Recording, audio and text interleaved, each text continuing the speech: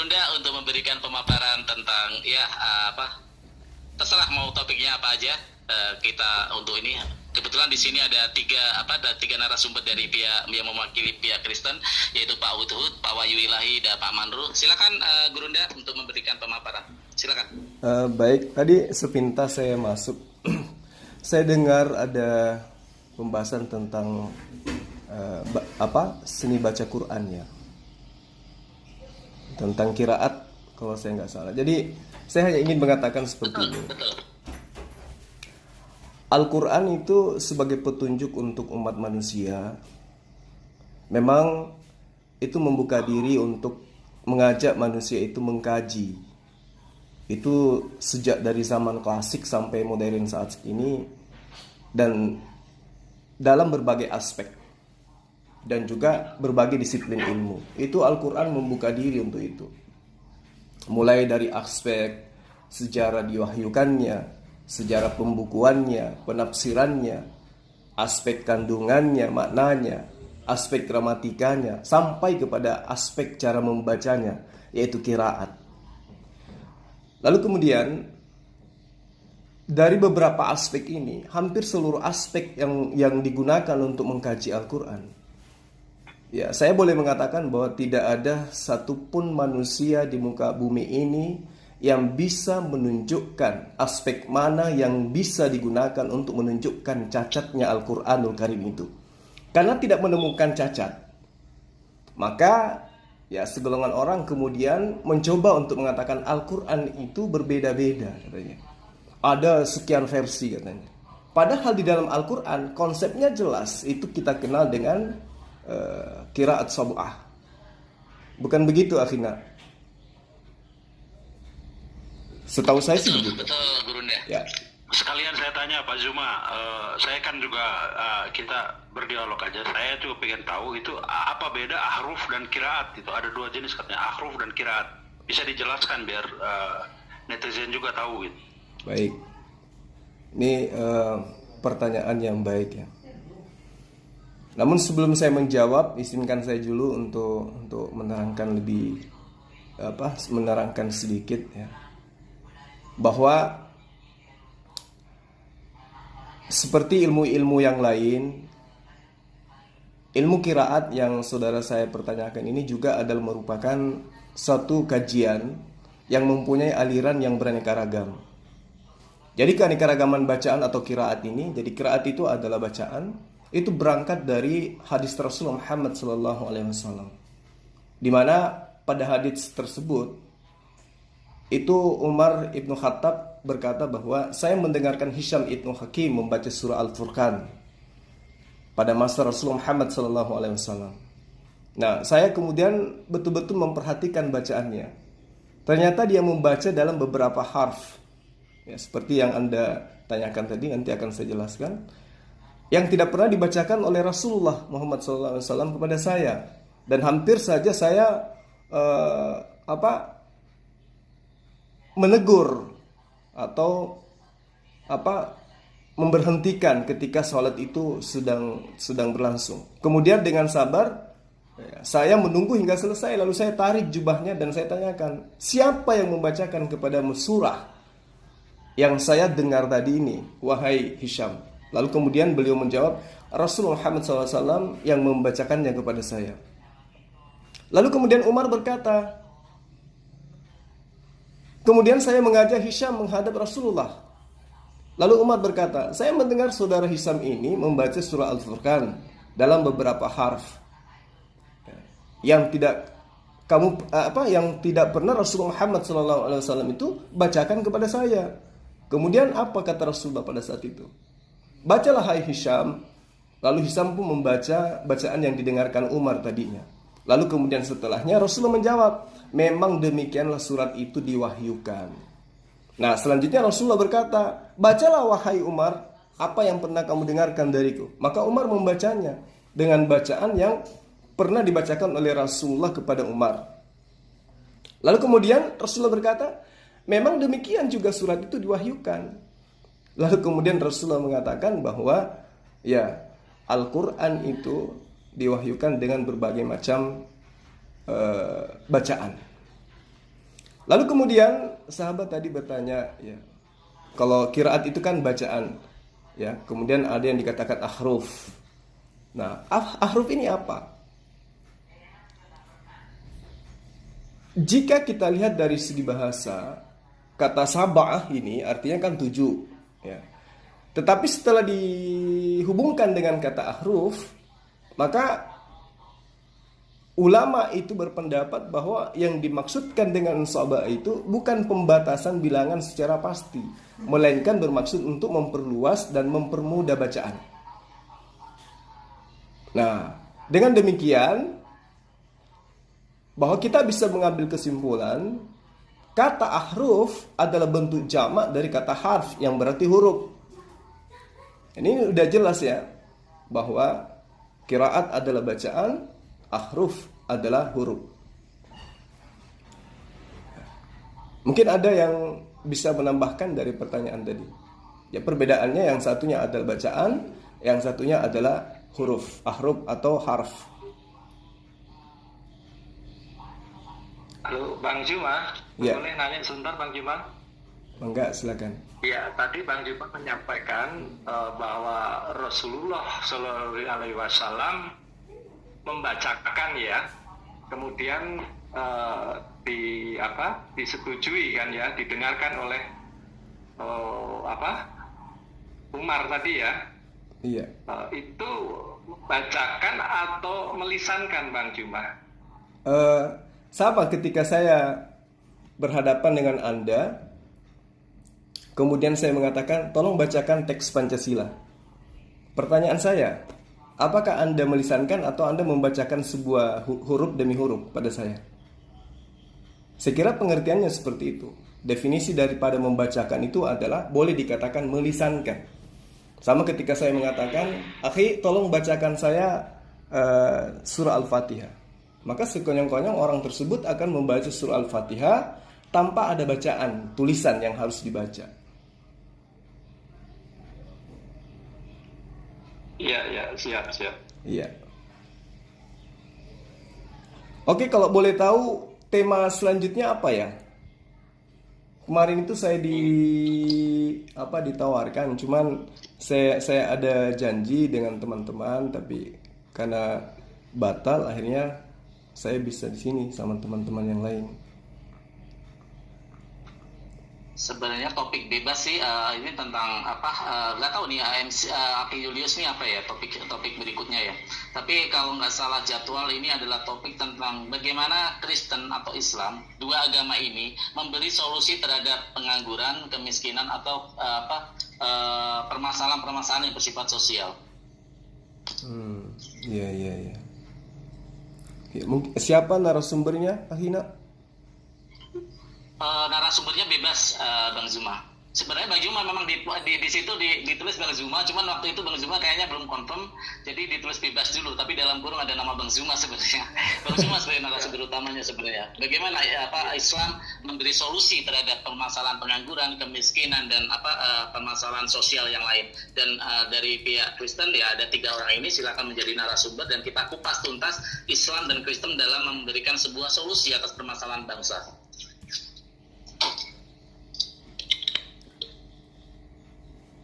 Ya, Bang Juma dulu deh. Halo Bang Juma. Ya. Ya, Bang Juma dulu deh. Baik. Jadi kita memahami berbagai persoalan bangsa kita saat sekarang ini ya. Indonesia semakin hari semakin bertambah penduduknya, dan kita paham betul bahwa kecenderungan mengalami peningkatan dari segi intensitas masalah dan kedalaman masalah yang dihadapi. Jadi selain problematika pendidikan, politik, ya, pemerintahan, ekonomi, sosial, kemasyarakatan, Indonesia juga menghadapi masalah yang sangat berat, yaitu kurangnya lapangan pekerjaan. Dan setiap tahun kita melihat ya, setiap universitas itu mengentaskan ribuan sarjana, belum lagi SMA, sehingga ini adalah merupakan suatu masalah yang menurut saya ya kewajiban sebagai negara untuk mempersiapkan lapangan pekerjaan bagi masyarakatnya. Jadi kalau kita cermati akar masalah ketenaga kerjaan ini kaitannya dengan lapangan kerja kan, kaitannya dengan agama, solusi apa yang bisa diberikan gitu. Maka kalau di dalam ajaran agama Islam itu kecenderungan mengajarkan bahwa mencontoh kepada pola daripada kehidupan Rasulullah Muhammad SAW. Ya, sebagai pedagang misalnya, di mana dasar pijakan daripada dagang di dalam ajaran agama Islam itu tentu menghindari adanya riba. Nah, namun ada sebuah hadits yang mengatakan innamal bai'u antaradin. Jadi jual beli yang mendasari suka sama suka, ya itulah yang kemudian menjadi tolak ukur usaha di dalam bisnis Islam itu sendiri. Nah, kemudian cara Islam menyelesaikan masalah kontra atau adanya masalah yang terjadi di antara semua masalah yang ada di negara kita. Ya, salah satunya yang tadi yang saya katakan adalah berupaya untuk usaha mandiri. Ya, tidak mesti harus menjadi pegawai, tetapi lebih cenderung kepada usaha mandiri yang berdasar terhadap hukum-hukum syar'i di dalam Islam itu sendiri. Di mana tentu ya sesuai dengan apa yang dianjurkan oleh Allah, menghindari riba. Ya, jadi di Islam itu diberikan solusi menjadi seorang yang bisa menjadi seorang pengusaha, tentu dengan cara menghindari riba yang saya maksud. Nah, oleh karena masalah yang ada di negara kita ini itu tidak bisa diselesaikan dengan cara mudah, maka kemudian di dalam ajaran agama Islam itu diberikan solusi-solusi seperti misalnya membuat suatu dagangnya ini landasannya adalah kerjasama antar anggota yang ada di dalam usaha tersebut. Jadi boleh saya katakan Islam itu memberikan solusi sistem ekonomi, yaitu sistem yang tidak hanya mengajarkan untuk mengejar pertumbuhan, tetapi bagaimana kemudian anggota yang ada di dalam sistem ini itu bisa merasakan usaha-usaha yang secara islami, secara syar'i bisa menguntungkan semua pihak. Nah, ini salah satu solusi yang diberikan Islam itu adalah adanya sistem yang mana sistem ini berdasar terhadap sistem yang ada di dalam Islam itu sendiri, yaitu tidak melakukan suatu perdagangan yang melanggar baik itu perundang-undangan negara maupun syariat Islam itu sendiri. Misalnya mengelola adanya zakat, harta warisan, kemudian ada hibah, mengelola adanya sedekah yang kemudian diolah sedemikian rupa sehingga membentuk sebuah badan usaha. Jadi tidak mesti harus berharap kepada pemerintah. Umat Islam itu dituntut untuk bisa membuat sebuah usaha di mana usahanya ini ya tidak mesti harus menjadi usaha yang resmi di tangan pemerintah, tapi seorang Muslim itu bisa berusaha sendiri dengan modal sendiri, modal bersama, tidak mesti harus berharap terhadap pemerintah. Hanya saja dalam usahanya senantiasa itu tidak melanggar norma-norma yang ada, baik terhadap norma agama maupun aturan yang ada di negara kita. Jadi pada intinya umat Islam itu dituntut untuk berusaha, manjat dawajada, siapa giat dalam usahanya pasti ia akan mendapat dari hasil usahanya itu sendiri.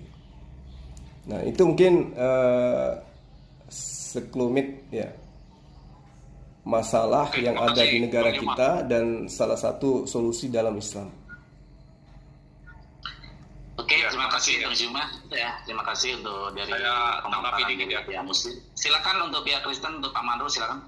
Iya, jadi tadi yang dikatakan Bang Juma itu saya rasa sudah berjalan juga ya di Indonesia ya, beberapa instansi ya yang memakai syariat-syariat atau yang berdasar dari Al-Quran lah gitu ya.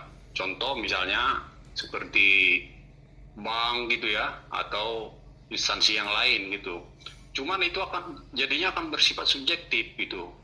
Kenapa saya bilang begitu? Kalau itu kita nggak bisa kita harus melihat contoh, misalnya ekonomi gitu ya. Kalaulah itu dipakai, harusnya kita sudah bisa meneladani ya, karena faktanya yang menguasai perekonomian dunia itu Amerika sama Cina gitu, yang notabene tidak memakai konsep yang katakanlah yang di Al-Quran begitu. Jadi saya rasa diskusinya jadi tidak objektif begitu. Oke lah itu dipakai untuk golongan-golongan tertentu gitu, tapi tidak bisa digeneralisir. Saya rasa itu poinnya begitu. Jadi berdiskusinya berkembang, saya rasa makanya saya paparkan ini ya gitu ya. Nah, silakan Bang. Oke. Aku nambahin boleh Oh, ya? boleh silakan. Iya, jadi memang untuk pengentasan kemiskinan itu peran agama, ya, atau kepercayaan atau ajaran itu kita dari umat Kristen sendiri sudah diwajibkan ya, seperti dalam Amsal 14 ayat 24 sampai 26 itu. Dikatakan ada yang menyebar harta tetapi bertambah kaya, ada yang menghemat harta luar biasa namun selalu kekurangan. Siapa banyak memberi berkat diberi kelimpahan, siapa memberi minum ia sendiri akan diberi minum, siapa menahan gandum ia dikutubi orang tetapi berkat turun di atas kepala orang-orang yang menjual gandum. Artinya di sini bahwa berbicara tentang kemiskinan atau memberi untuk kemaslahatan bangsa itu menjadi menjadi poin kita di dalam kita beragama kan, mengikuti sebuah ajaran gitu. Jadi memang teknis-teknis yang harus dilakukan, teknis yang dilakukan itu ya sesuai dengan konteks lokal yang terjadi. Nah, contohnya kenapa kemiskinan itu ada di Indonesia? Ada sesuatu yang salah kan begitu? Karena memang kita tahu bahwa Indonesia itu negara subur ya. Dulu ada sebuah lagu seperti Kus Plus itu, tongkat kayu dan batu jadi tanaman kan. Artinya sebuah negara itu bahasa-bahasa klisenya bahasa-bahasa ungkapan bahwa menyatakan Indonesia itu negara yang subur. Nah, kenapa masih terjadi kemiskinan? Karena memang banyak sekali pemerataan kesadaran bagi orang-orang yang memiliki satu harta, kemudian ilmu, itu kurang sadar untuk membagi. Ya contohnya kalau di Islam ada sedekah, kalau kemudian ada zakat, itu kan kemungkinan di Kristen ada sebuah perpuluhan diakonia. Nah itu kurang mendarah daging, kurang mendarat secara utuh.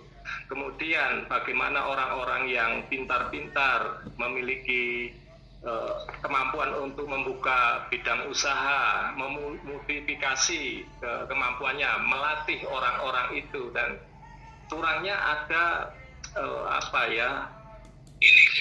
empati terhadap orang-orang yang berkekurangan. Nah ini memang menjadi kendala bagi kami sendiri di dalam umat Kristen ya. Tetapi kami juga tidak berpangku tangan melalui pemimpin-pemimpin kami sudah melakukan bagaimana kita memperdayakan orang-orang itu, karena kita percaya setiap orang diberi talenta atau kemampuan atau sesuatu yang berharga dalam dirinya untuk membangun dirinya sendiri. Makanya kami di sini melalui pimpinan kami mengajarkan bagaimana pengolahan bahan kan gitu loh. Jadi kita mengajar gitu, kita pergi, kita mengajar dan silahkan Anda berkreasi. Jadi memang kemiskinan itu tidak bisa dientaskan oleh satu denominasi di Indonesia ini. Menurut saya itu harus kita bahu-membahu, bergandengan tangan, ya terlepas kita menggunakan baju apapun. Tetapi ini menjadi concern bagi kita sebagai anak bangsa ya, sebagai anak bangsa bagaimana kita mau membangkitkan bahwa Indonesia memang negara yang maju, Indonesia negara yang kaya, tetapi ya memang kenyataan masih ada yang miskin. Nah inilah yang menjadi menjadi kesepakatan kita untuk sama-sama untuk bangsa ini kan begitu. Mungkin dari saya seperti itu sih Bang. Oke, saya nambahkan dikit ya tentang konsep pemerataan dalam Islam ini. Itu kan jelas kalau di kita di Islam ini sangat tidak jelas ya dengan adanya zakat mal itu. Sebenarnya pengelolaannya kan ke negara dan udah berjalan kok di kita di Indonesia ini macam ada badan amil zakat itu kan. Nah persoalan dalam Islam ini kaya miskin itu tetap ada, orang miskin itu tetap ada. Nggak mungkin kita bisa harus membuat orang itu jadi kaya kan. Kita hanya solusi membantu sementara gitu kan supaya dia bisa mandiri gitu. Nah, bantuannya pun kan berkadar, nggak harus ke orang itu gitu.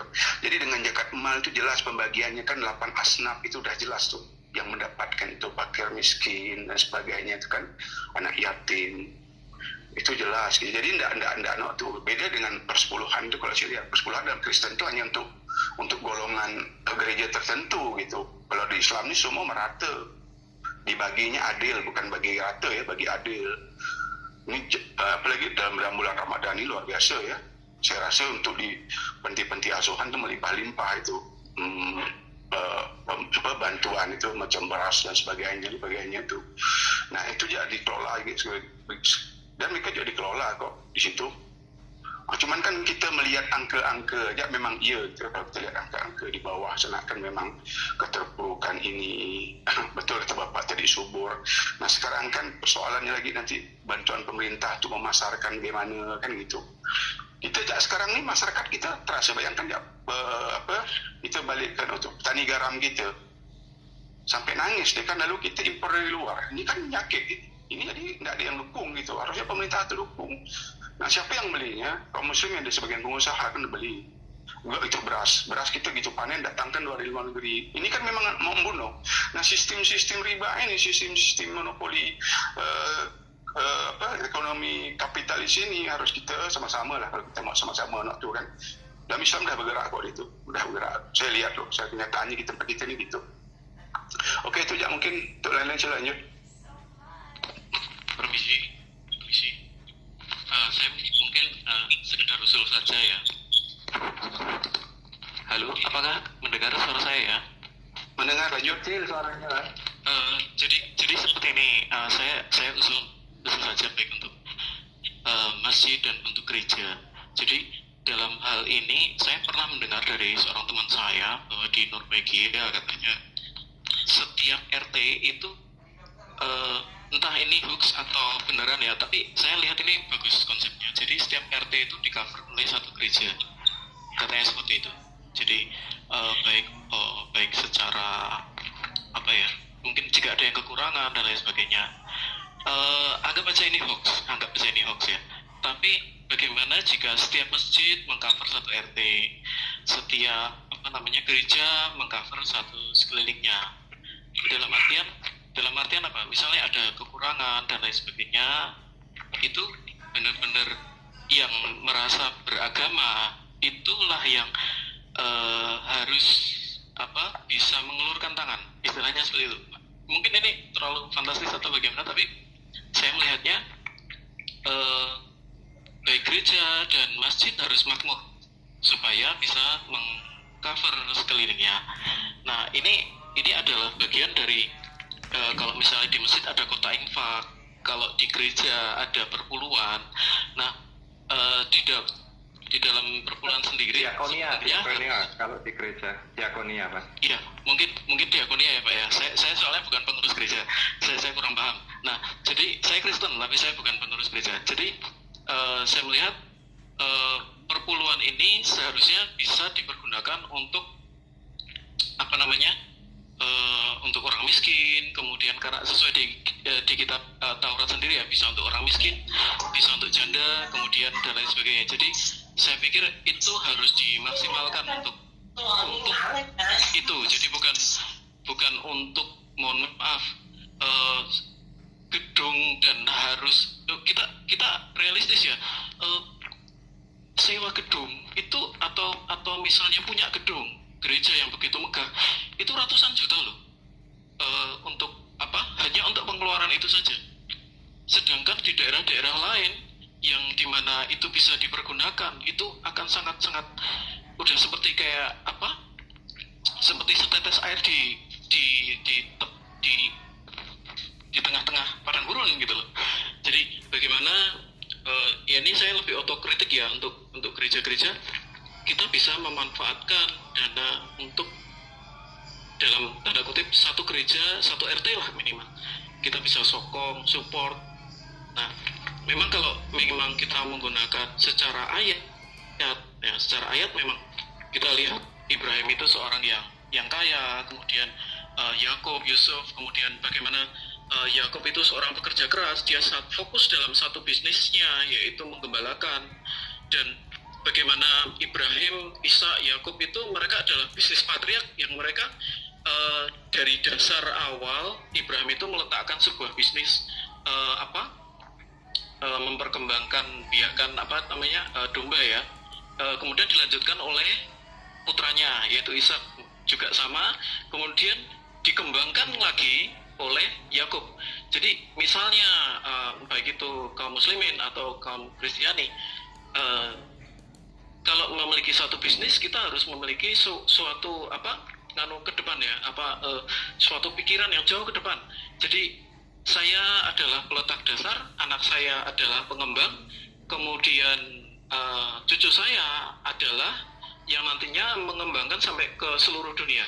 Nah itu model bisnis patriark yang kita bisa tiru dari perjanjian lama.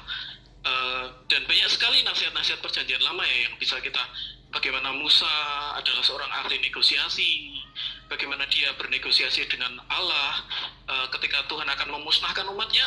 Musa benar-benar berdiri, dia tahu maksudnya Tuhan itu, oh saya harus jaga nama Tuhan nggak boleh dicemarkan. Tapi di sisi lain, kalau itu Tuhan juga harus murka karena umat Israel bertindak tidak benar, jadi Tuhan marah, itu hak Tuhan. Tetapi bagaimana dia melunakkan hati Tuhan.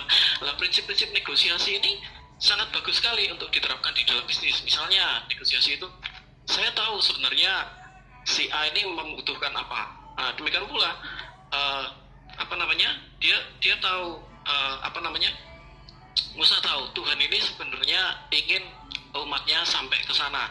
Nah, tetapi Tuhan hampir memusnahkan. Nah, Musa memberikan gini aja, Tuhan hapus nama saya dari kitab kehidupan asalkan mereka tetap masuk, istilahnya seperti itu. Nah ini adalah satu strategi negosiasi. Nah ini kita bisa dapatkan ilmu negosiasi dari Taurat. Kemudian bagaimana Ibrahim bernegosiasi dengan Allah, dia tidak oh Tuhan silakan, kalau engkau mau menghancurkan silakan, monggo hancurkan saja. Tapi ingat loh Tuhan, ingat, bukankah namamu itu yang adil? Masa engkau menghancurkan seluruh orang itu, terus nanti namamu akan dipertanyakan dong. Nah akhirnya oke, kalau aku dapati 50 orang aja benar, nggak apa-apa, nggak akan aku hancurkan. Sampai akhirnya kalau ada 10 saja yang benar. Nah Abraham tidak membuat sebuah, oh pokoknya jangan Tuhan, enggak seperti itu. Tapi yang dilakukan Abraham adalah dia bernegosiasi. Lah trik-trik negosiasi ini kita dapat patternnya dari Taurat. Kemudian bagaimana trik marketing ini kita dapat dari perpuluhan. Di dalam Alkitab, seluruh Alkitab hanya ada satu ayat yang mengatakan bahwa sampai di titik di mana Tuhan mengizinkan dirinya diuji, yaitu di dalam perpuluhan. Dikatakan bahwa dan ujilah aku. Tidak ada satu ayat pun yang mengizinkan kita menguji Tuhan kecuali di dalam hal perpuluhan. Nah di dalam hal perpuluhan ini Tuhan memberi diri diuji. masakan aku tidak membukakan bagi kamu tingkap-tingkap langit, mencurahkan berkat padamu sampai berkelimpahan. Kata membukakan tingkap-tingkap langit itu mencurahkan berkat sampai berkelimpahan itu dalam bahasa aslinya itu artinya sampai nggak ada ruangan yang cukup untuk kamu menampungnya. Jadi seperti Robert Kiyosaki, mereka juga berpuluhan. Seperti ayah kaya dari Robert Kiyosaki, mereka juga berpuluhan. Jadi orang-orang ini mengerjakan. Jadi ada seorang rabi yang mengatakan jangan lebih dari perpuluhan, tapi jangan kurang dari perpuluhan. Perpuluhan itu udah takaran yang afdol, udah takaran yang pas. Kenapa? Karena disitulah Tuhan memberikan dirinya diuji. Tidak ada satu ayat pun yang namanya menguji Tuhan itu haram. Menguji Tuhan itu sesuatu hal yang haram, kecuali di dalam perpuluhan. Di dalam kitab perpuluhan Tuhan berikan dirinya diuji. Kemudian di dalam perjanjian baru kita bisa melihat contoh bagaimana Tuhan Yesus mengatakan setia dalam hal yang kecil. Suatu prinsip setia dalam hal yang kecil ini adalah prinsip yang mengkopi dari bagaimana Ibrahim mengembangkan satu bisnis, diteruskan oleh anaknya, diteruskan oleh cucunya. Ini adalah satu ini kok lama kali kita ngomong aja. Oh iya, oke. Saya minta maaf, tapi boleh tidak? Saya ada satu hal yang saya ingin tanyakan ke Ustadz Zuma. Mumpung saya nggak ngantuk. Boleh tidak Ustadz Zuma? Assalamualaikum Ustadz, selamat malam. Waalaikumsalam warahmatullahi wabarakatuh. Alhamdulillah. Iya, Ustadz. Jadi gini, kalau saya boleh meneruskan pertanyaan saya kemarin, Ustadz. Jadi mohon maaf ini keluar dari sebentar aja. Jadi gini Ustadz, pada ketiga kalinya saya masuk ke Zulfikar kemarin, saya bertemu dengan Ustadz Goldian, Ustadz Mose, kemudian Ustadz Indra Mose, kemudian Ustadz Alwan. Nah kemudian saya menanyakan tentang 119. Jadi yang mana di ayat Al-Quran yang 219 itu jawaban dari beliau bertiga ini berbeda, dan berbeda dengan Ustadz Zuma juga. Ustadz Zuma pada waktu itu panjenengan mengatakan bahwa itu sama. Nah pada waktu itu Ustadz Alwan dan Ustadz Goldian mengatakan itu berbeda. Nah tetapi Ustadz Mose mengatakan itu sama. Jadi saya tidak mempermasalahkan itu, Ustadz. Saya hargai perbedaan pemahaman. Tetapi dalam hal ini saya lebih cenderung kepada Ustadz Alwan. Ustadz Alwan menjawab demikian. Memang perbedaan itu saling meneguhkan atau satu sama lain saling meneguhkan. Jadi ketika dalam diskusi kita mengenai 119, ketika saya dengan teman-teman dikatakan bahwa saya ini kok ngeyel, saya kok ngotot dan lain sebagainya, ternyata ada yang mendukung argumen saya. Mungkin begitu Ustadz. Jadi akhirnya Ustadz Alwan dan Ustadz Goldian karena sudah malam beliau keluar. Nah terakhir dengan Ustadz Indra Mose mengatakan seperti ini. La dalam wars itu termasuk nahiyah, kalau tidak salah Bang Citos bisa ditepatin nggak? Soalnya terlalu lama. Bang Citos ngomong udah 15 menit lebih loh, udah mau 20 pun. Iya, sebentar, maaf, sebentar lagi. Nahiyah ini artinya adalah tidak pernah. Nah, saya kemudian search dari Abdullah Twasikal mengatakan nahiyah ini bukan tidak pernah, tetapi jangan. Jadi yang saya bilang katakan bahwa yang satunya mengatakan engkau tidak akan ditanya mengenai penghuni neraka, dan benar bahwa Waris mengatakan bahwa jangan bertanya mengenai penghuni neraka. Monggo Ustadz silakan, saya mendengarkan saja. Terima kasih Ustadz HMC, terima kasih. Surah Al-Baqarah ayat 119 ya. Nggih, 219 ya.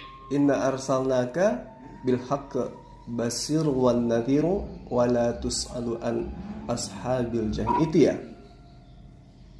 Sesungguhnya sesungguhnya kami telah mengutusmu dengan kebenaran sebagai pembawa berita gembira dan pemberi peringatan, dan kamu tidak akan diminta tentang penghuni-penghuni neraka. Nah, ini perlu dikaji asbabun nuzulnya ayat ini. bahwa Rasulullah Muhammad SAW itu bersabda, betapa inginnya aku mengetahui nasab ibu bapakku. Maka kemudian turunlah ayat ini. Dan Rasulullah Muhammad SAW tidak menyebut-nyebut lagi kedua ibu bapaknya sehingga beliau wafat. Jadi ayat ini menjelaskan bahwa Nabi Rasulullah Muhammad SAW itu bertugas sebagai pembawa berita gembira dan pemberi peringatan. Nah, lalu kemudian di ayat ini pula diterangkan di asbabul nuzulnya jelas bahwa Rasulullah Muhammad SAW pada suatu hari berdoa, di mana kedua ibu bapakku kini berada. Maka turunlah ayat ini. Maka sehingga dikatakan, kamu tidak akan diminta pertanggungjawaban tentang penghuni-penghuni neraka. Nah, apa yang Anda pertanyakan? Saya lupa. Masalah apa yang Anda ingin jelaskan? Jadi yang Ustadz sampaikan adalah dalam versi Hafs dikatakan walatus alu. Nah, kemudian pas kami bertiga berdebat itu saya tunjukkan link wars dan link Hafs. Jadi link Hafsnya benar walatus alu, kemudian yang link wars mengatakan walatas al. Jadi menjasemkan isim mudhari. Jadi itu lanahiyah itu tidak bisa disebut sebagai kamu tidak akan ditanyai mengenai penghuni neraka, tetapi itu berubah menjadi jangan. Jadi secara nahwu sorof itu akan berubah menjadi walatas al, itu artinya jangan bertanya. Jadi itulah yang saya tanyakan. Pertama, perbedaannya adalah dalam wars itu menjadi kalimat berita, sedangkan dalam Hafs itu kebalik, dalam wars itu menjadi kalimat perintah, jangan bertanya, sedangkan di dalam Hafs itu menjadi kalimat berita, kamu tidak akan ditanya. Lah, menurut Ustadz, karena kemarin sudah saya tanyakan kepada Ustadz Alwan, manakah yang tertulis dalam Lauh Mahfuz? Dan beliau tidak bisa menjawab. Nah, menurut Ustadz, manakah dari dua itu yang tertulis dalam Lauh Mahfuz? Monggo Ustadz. Kalau yang diterima oleh Rasulullah Muhammad SAW jelas walatus alu. Walatus alu seperti yang saya terangkan di awal tadi. Ketika sahabat Rasulullah membaca sebuah ayat, Rasul mengatakan itu sudah benar. Dan ketika sahabat Umar juga membaca, yang bacanya versinya beda, Rasulullah juga mengatakan itu juga benar. Ketika ditanya yang mana yang sebenarnya diwahyukan, Rasulullah mengatakan dua-duanya diwahyukan seperti itu. Jadi walatus alu, di situ kan sudah jelas, wala boleh tidak, boleh jangan. Jadi sebenarnya tidak ada, kami umat Islam itu tidak mempermasalahkan itu. Karena pada intinya muatan daripada ayat ini jelas, kamu tidak akan dimintai pertanggungjawab tentang penghuni-penghuni neraka. Begitu juga ketika kita mengkaji tentang asbabun nuzulnya yang diriwayatkan oleh Abdul Ar-Razzaq dari Az-Zawri, itu jelas mengatakan bahwa dalil ini sesuai dengan asbabun nuzulnya, Rasulullah Muhammad SAW tidak akan dimintai pertanggungjawaban tentang penghuni-penghuni neraka. Ini kan asbabun nuzulnya tentang kedua orang tuanya gitu. Jadi saya rasa kalau betul Ustaz. Ya. Maksud saya seperti ini. Ini terjadi perbedaan makna. Jadi akhirnya pada waktu itu Ustadz Guldian dengan Ustadz Alwan mengatakan bahwa keduanya ini saling meneguhkan. Nah, terus saya bertanya, Ustadz, memang kalau misalnya memang kedua ini saling meneguhkan, kenapa tidak tertulisnya walatus alu walatas al? Jelas-jelas itu keduanya berbeda secara makna. Jadi yang sudah terjadi adalah perbedaan makna, bukan sekedar perbedaan dialek atau perbedaan ahruf, tapi memang sudah larinya kepada perbedaan makna. Nah, pertanyaan saya sekali lagi, saya berkali-kali, kalau misalnya Alkitab itu dikritisi, ya kami santai-santai saja gitu loh. Kenapa? Karena Allah melibatkan manusia.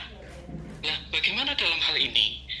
Mohon maaf sebelumnya, karena saya posisi orang yang ingin bertanya, bagaimana dengan Quran yang mengklaim bahwa Allah sendiri yang menjaganya, tetapi terjadi perbedaan makna. Nah, dari dua makna ini, manakah yang benar-benar tertulis dalam Allah Mahfuz? Itu saja Ustaz. Mungkin Sebenarnya saya sudah jelaskan kepada Anda, sekiranya Anda itu punya muatan yang cukup untuk menerima jawaban saya, Anda sudah jelas di situ. Saya katakan bahwa makna bisa berubah menjadi seribu makna. Tergantung daripada pemaknaan orang per orang. Tetapi ayat ini tidak bisa dirubah. Lalu kemudian ketika orang memaknai, ya tergantung bagaimana orang memiliki penafsiran terhadap disiplin ilmu yang dia punya terhadap kata wala tas'alu. Kalau menurut saya muatannya sangat jelas dan kamu tidak akan diminta. Kenapa dia mengatakan kamu? Karena tujuannya di situ merujuk kepada Rasulullah. Jadi dia akan dimintai pertanggungjawaban tentang penghuni-penghuni neraka. An ashabil jahim, itu berbicara mengenai penghuni-penghuni neraka. Jadi kalau Anda mengatakan kami ini sebagai umat terjemahan tidak pernah pusing, ya memang, karena memang bagaimana Anda bisa pusing dan kitab Anda? Untuk apa Anda pusing? Anda nggak tahu original teksnya kayak seperti apa? Yang terlontar dari mulutnya Yesus juga yang mana? Anda nggak ngerti kan, nggak tahu. Jadi Anda nggak pernah pusing itu. Lalu kemudian hal yang sangat-sangat sederhana ini Anda pusingkan sendiri. Padahal kami umat Islam tidak pernah ribut tentang hal ini. Karena muatannya jelas. Ketika diperintahkan dalam ayat ini bahwa Rasulullah itu datang hanya sebagai pembawa berita gembira dan sebagai pembawa hal yang berkaitan dengan peringatan kepada manusia, maka ini sangat jelas. Wala tas'alu, janganlah kamu tidak akan diminta tentang pertanggungan jawabmu yang muatannya kemudian adalah hal-hal yang berkaitan dengan penghuni neraka. Itu sangat jelas. Dan kalau misalnya Anda bingung, baca asbabul nuzul. Apa yang menyebabkan, apa yang melatar belakangi dalil ini diwahyukan. Nah, kalau Anda mengatakan ada wala tas'alu, ada yang menggunakan fathah, ada yang menggunakan kasrah misalnya. Lah, saya kan udah bacakan tadi haditsnya. Ketika Rasulullah dibacakan surah dibacakan oleh sahabatnya, lalu kemudian sahabat yang lain juga membacakan dengan versi yang berbeda. Apa kata Rasulullah? Dua-duanya itu diwahyukan dengan cara seperti itu. Jadi ketika orang membacakan hal seperti ini benar, membaca seperti ini juga benar. Baik, jika memang keduanya benar, tetapi itu terus terang itu berbeda Ustaz. Oke lah, gini aja, saya tidak akan memperpanjang ini. Sini saya akan live. Tetapi memang dari awal pertanyaan saya yang tertulis di Lauh Mahfuz yang mana? Itu aja Ustaz. Loh, jadi kalau Anda berbicara mengatakan Lauh Mahfuz itu kan hal gaib. Tertulis yang mana? Siapa yang melihat? Coba. Oke, berarti memang dalam hal ini ada dua yang tertulis di Lauh Mahfuz ya Ustaz. Jadi bisa jangan bertanya dan bisa juga kamu tidak akan ditanya atau kamu tidak akan bertanggung jawab. Berarti ada dua di Lauh Mahfuz Ustaz. Apakah demikian? Menurut Anda, Allah itu kan punya sifat. Menurut kami umat Islam, Allah itu punya sifat al-kalam, sifat berkata-kata yang dimiliki oleh Allah. Artinya sifat al-kalamnya itu melekat pada diri Allah.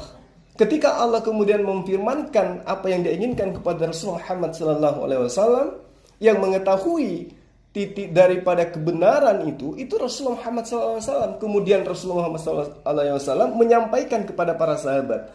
Kaitannya dengan apa yang Anda maksud itu, ya, apakah di atas itu ada dua pada sisi Allah?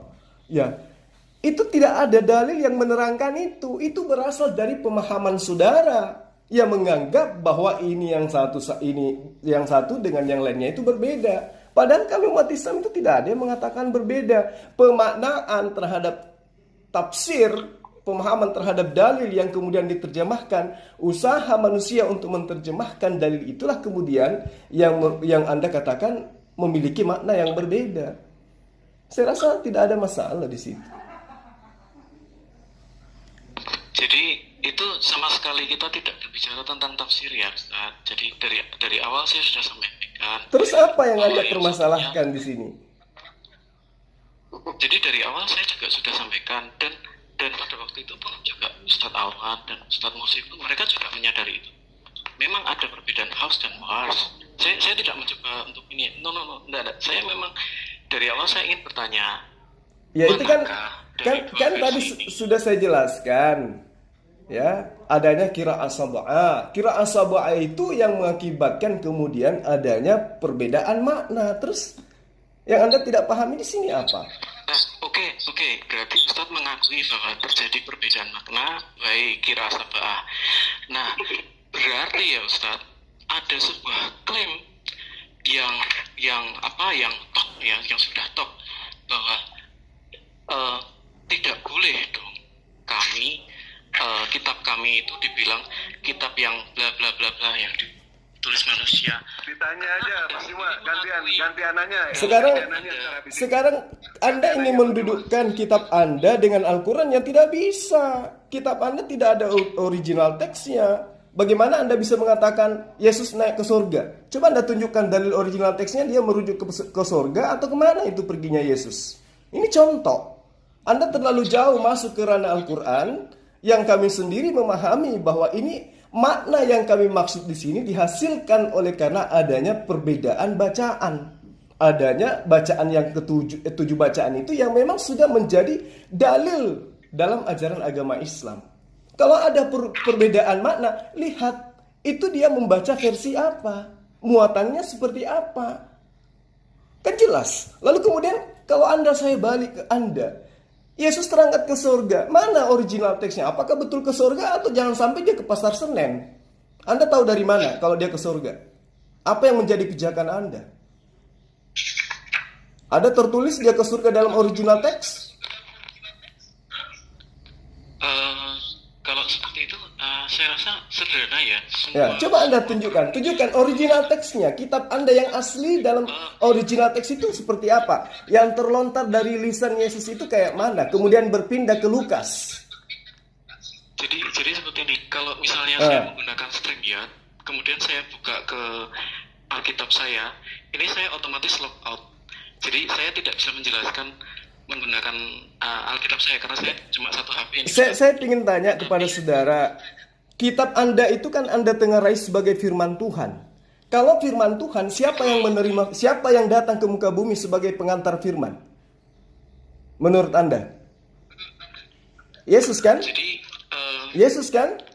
Untuk yang perjanjian baru atau bagaimana? Ya kalau dalam Iya, terserah Anda. Iya, Yesus sebagai penerima firman. Berarti kalau kita berbicara mengenai kodifikasi Quran, ada kondisi di mana Rasulullah menyampaikan kepada para sahabat atau muridnya. Sekarang, ada kondisi di mana Yesus menyampaikan kepada muridnya. Yang jadi pertanyaan, lisannya Yesus melontarkan kata apa kepada Lukas sehingga Lukas menuliskan bahwa Yesus terangkat ke sorga? Yang Anda tahu, yang betul-betul bersumber dari Yesus. Ada enggak? Ini hanya terbatas Lukas saja atau Yohanes? Saya cuma minta Lukas saja. Karena ini berbicara mengenai Yesus terangkat ke sorga. Satu kata sorga itu aja dulu. Kalau Lukas dalam apa namanya? Ini kalau saya tidak salah ya Ustaz ya. Di dalam dua murid yang perjalanan ke Emmaus. Kalau tidak salah, itu salah satunya Lukas. Oke, bagaimana kemudian Anda bisa membuktikan ke kita bahwa yang terlontar dari mulut Yesus itu adalah kata surga?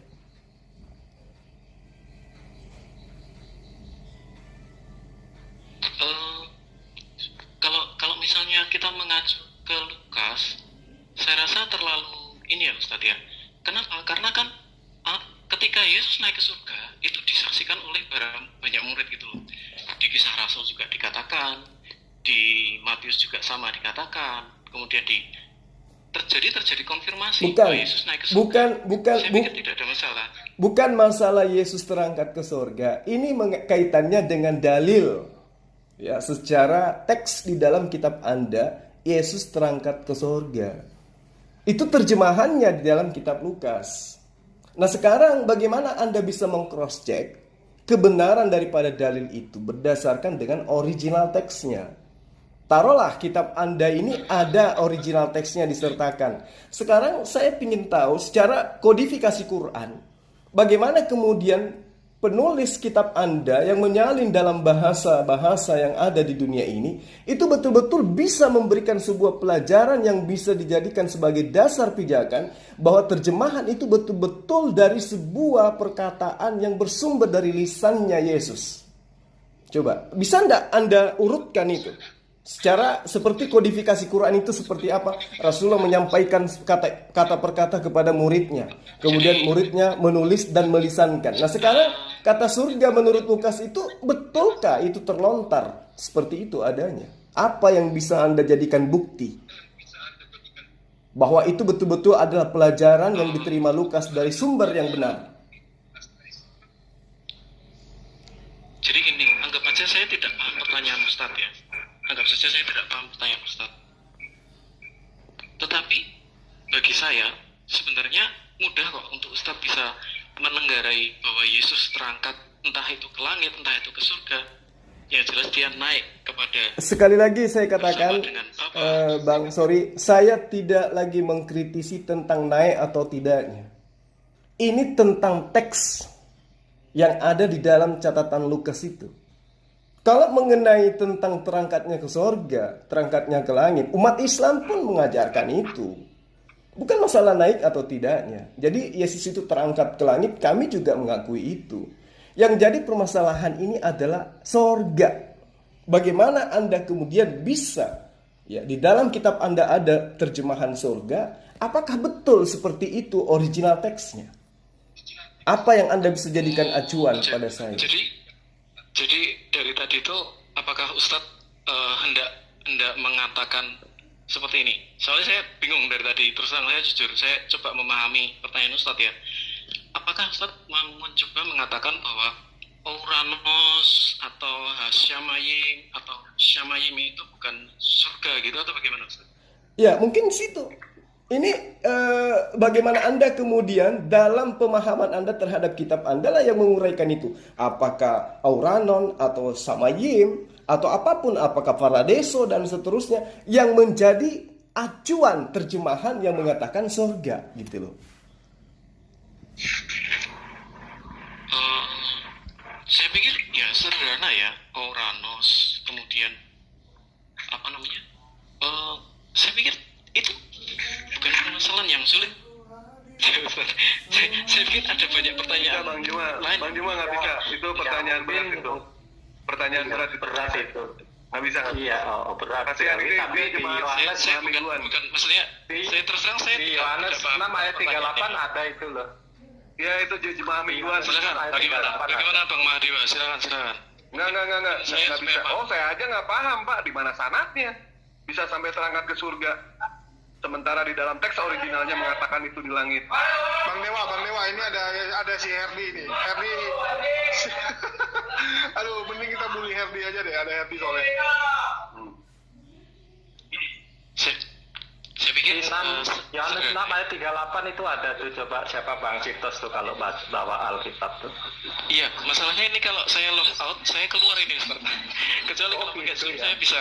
Iya, saya bantu baca ya, Bang. Alkitab nggak ada, Bang. Tenang, Bang. Nggak ada. Jangan. Bang, boleh kembali ke tema yang tadi ya. Saya ingin menjelaskan kaitannya dengan peranan Islam di dalam perkembangan ekonomi di Indonesia dan solusi yang diberikan oleh Islam. Saya tadi itu terpanggil untuk membahasnya kemudian lebih detail ketika ada yang mengatakan bahwa perbankan nasional syariat itu tidak memberikan solusi karena bank yang didirikan oleh Amerika itu jauh lebih hebat daripada syariat itu sendiri. Bisa nggak? Mohon maaf Ustaz, mohon maaf saya minta izin saya live saja dulu karena saya memang ini. Baik, terima kasih Ustaz Susma, Ustaz Mahdiwa. Baik Bang, terima kasih. Yang lain. Ya, salam semuanya, Tuhan memberkati. Amin. Ya, terima kasih Bang Citos. Bisa ya? Lanjut Bang Supa. Iya, karena ini Silakan lanjut. Ini kan kita berbicara mengenai sumbangsi dua agama terhadap ekonomi Indonesia, solusi apa dan segala macam. Ini harus saya terangkan. Ya, saya informasikan lah begini, bahwa kalau kita merujuk pada Undang-Undang Nomor 7 tahun 1992 ya, yang kemudian undang-undangnya ini tentang sektor perbankan di Indonesia itu disempurnakan kemudian di tahun 98 nomor 10 ya. Lalu kemudian di tahun 99 jelas telah memberikan landasan hukum yang kuat bagi berkembangnya perbankan syariah di Indonesia. Nah, ini kalau kita mau lebih mengerucutkan lagi permasalahan yang ada kaitannya dengan sumbangsi dua agama ini terhadap negara ini, Indonesia Islam, Al-Quranul Karim dan Hadits telah memberikan sumbangsi berupa perbankan atau sistem syariah di negara ini. Nah, bagaimana kemudian andilnya dalam perkembangan ekonomi Indonesia? Saya mengambil dari kajian bagaimana kemudian pertumbuhan jumlah bank syariah ya dari tahun 2004 ya. Tingkat pertumbuhan mencapai 88,6%. Ya, kebetulan saya kan orang perbankan, jadi saya tahu. Lalu kemudian pada akhir tahun 2005 penyebaran bank syariah itu sudah menjangkau 68 kabupaten ya, di 27 provinsi kalau nggak salah di tahun 2005 saat itu. Nah, berdasarkan informasi yang terpublikasi dalam statistik perbankan syariah Bank Indonesia di negara kita ini, pangsa pasar perbankan syariah itu mencapai di bulan Maret 2006 itu 1,4% dari keseluruhan industri perbankan di Indonesia dengan jumlah total aset kurang lebih 20 triliun. Luar biasa bukan? Nah, perkembangan perbankan syariah di Indonesia itu sangat jelas memberikan kontribusi yang positif untuk meningkatkan kesejahteraan umat. Ini dari Islam. Jadi kontribusi positif ini jelas nyata di hadapan kita para sahabat. Mau itu Islam, mau agama non-Islam, tahu. Itu dapat terlihat dari fungsi intermediasi bank syariah yang lebih baik dari tahun ke tahun dibandingkan dengan apa? Bank konvensional. Nah, ini kita tidak berbicara mengenai bank Amerika, bank dunia. Ini kita berbicara Indonesia. Islam memberikan sumbangsi apa tentang perekonomian di negara ini? Ini saya tidak masuk ke ranah zakat, belum lagi ke dana infak Islam dan seterusnya. Jadi fungsi intermediasi perbankan syariah ini saya masih berbicara mengenai dari tahun 2000 sampai 2006 ya, belum saat-saat sekarang. Kalau kita berbicara saat sekarang, wow luar biasa, sangat fantastik. Jadi dari tahun ke tahun itu jauh lebih baik dibandingkan dengan bank konvensional, Pak. Ini perlu disadari dan perlu diketahui. Jadi ketika kita berbicara mengenai tingkat intermediasi antara bank syariah dan konvensional, bank syariah jauh ya, memberikan input yang sangat luar biasa terhadap negara ini. Nah, ini berarti bahwa dana pihak ketiga yang dihimpun oleh bank syariah hampir seluruhnya bisa disalurkan dalam bentuk pembiayaan syariah dalam sektor real. Dan itu nyata, fakta. Saya pelakunya, boleh dibilang seperti itu. Sedangkan di bank konvensional, sampai dengan taruhlah di tahun 2004 saja kita ambil contoh, hanya berhasil menyalurkan setengah dari dana yang dihimpun untuk larinya ke kredit. Jadi perbankan syariah itu mampu menyalurkan pembiayaan untuk sektor real. Nah, ini kemudian melahirkan dinamika bisnis yang terjadi pada sektor real akan apa istilahnya itu ya? Melahirkan sebuah terefleksi langsung pada kegiatan perbankan syariah itu sendiri. Jadi pertumbuhan sektor finansial itu di dalam sektor real itu pertumbuhannya sangat luar biasa. Kredit dengan akad seperti misalnya sistem murabaha, sistem salama, ijazah, itu sangat luar biasa, Pak. Tidak bisa, mungkin saudara tidak tahu, tapi inilah fakta. Bahkan kredit dengan akad musyarakah atau mudarabah dalam perbankan syariah itu bukan saja disalurkan untuk pembiayaan sektor real, namun juga berbentuk perfect correlation. Nah, ini sangat luar biasa. Kalau misalnya kita melihat ya standing daripada peningkatan daripada bank syariah yang disumbangkan oleh Islam ini, itu jauh dari apa yang saudara katakan tadi. Peran positif bank syariah untuk mendorong perkembangan sektor di negara ini itu sangat ditunjang ya dengan adanya sistem yang berasal dari Al-Quran dan juga hadits. Luar biasa itu. Sampai-sampai sekarang kita melihat ada asuransi syariah, pegadaian syariah, ya. Semua seakan-akan syariah itu luar biasa. Dan yang terakhir yang ingin saya katakan, ada 4 bank plat merah yang kita tahu. Sekarang ini Pak, Mandiri Syariah, BNI Syariah, BRI Syariah membentuk diri menjadi satu wadah gitu loh. Terkecuali di tempat saya kerja itu masih memisahkan diri karena dia bergerak di bidang perumahan. 3 bank besar ini itu sudah menyatu menjadi satu. Disebabkan karena apa? Laba yang diterima dari hasil kerjasama tidak menggunakan sistem bunga, itulah yang menyebabkan adanya pandangan pemerintah terhadap bank syariah itu sangat luar biasa. Kenapa? Karena industri ini menjanjikan dan memberikan kerja nyata. Dan itu tentu kita rasakan sebagai masyarakat meski secara tidak langsung. Jadi saya katakan bahwa ketika kita berbicara mengenai sumbangsi agama terhadap negara ini, tidak ada mata yang bisa tertutup. Harus mengakui bahwa sistem syariah di negara ini memberikan sumbangsi yang sangat luar biasa. Nah, regulasi inilah kemudian yang setiap tahunnya berkembang. Setiap tahunnya berkembang. Sumbangsi, kemudian sistem yang digunakan itu sangat-sangat dibutuhkan oleh negara kita. Nah, ini kalau kita berbicara jauh tentang syariah, bank syariah mandiri, BRI syariah, kemudian industri implementasinya dalam kehidupan dalam kehidupan kita kaitannya dengan perbankan, itu luar biasa, ya, luar biasa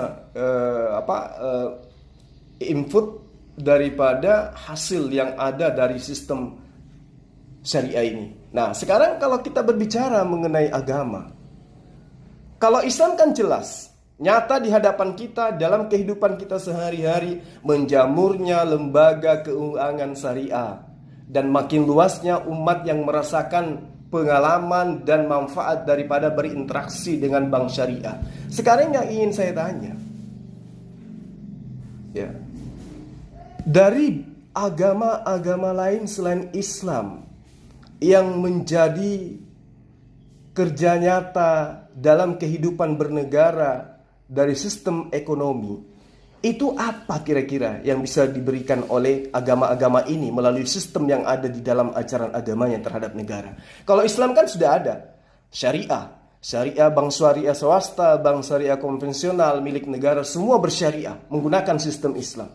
Tolong Anda tunjukkan satu bukti nyata bahwa agama Anda itu memberikan input positif terhadap perekonomian. Jangan kita pakai yang lain. Kita sistem ekonomi aja dulu.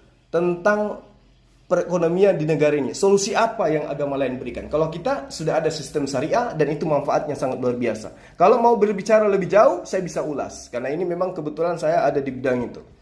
Silakan teman-teman Kristen. Siap, baik Bang Juma. Sebentar. Ke Gus Andi dulu untuk menanggapi ini ya. Belum dijawab. Iya. Gus Andi dari tadi. Silakan. Ya. Silakan. Assalamualaikum warahmatullahi wabarakatuh. Waalaikumsalam warahmatullahi wabarakatuh. Jadi kalau kita bicara sumbangsih atau kontribusi hukum Islam dalam pembentukan hukum nasional itu sudah jelas. Kalau kita belajar bagaimana pembentukan hukum nasional itu ada 3 bahan bakunya. Warisan kolonial Belanda, hukum adat, dan kemudian hukum Islam. Yang kemudian menelurkan berbagai undang-undang dalam dimensi yang berbeda. Artinya sudah diakui bahwa hukum Islam ini adalah salah satu bahan baku dalam pembentukan hukum nasional. Itu secara umum. Kalau soal bagaimana sumbangsi Islam pada perekonomian negara, ini ada satu postulat dalam ekonomi Islam itu yang berbeda dengan ekonomi liberal. Kalau kita melihat dalam Al-Quran itu kalau tidak salah, saya agak lupa, di surat Hud kalau nggak salah itu. Wa ma min dhabatil fil ardi illa 'ala Allahi rizquha. Ada postulat yang berbeda dengan hukum liberal, ekonomi barat yang dia punya adagium dengan modal yang sedikit dia bagaimana mencapai keuntungan yang sebesar-besarnya. Kalau dalam Islam tidak. Postulatnya atau prinsip dasar yang paling utama dalam Islam itu seluruh makhluk yang melata di muka bumi ini rezekinya ditanggung oleh Allah sebenarnya.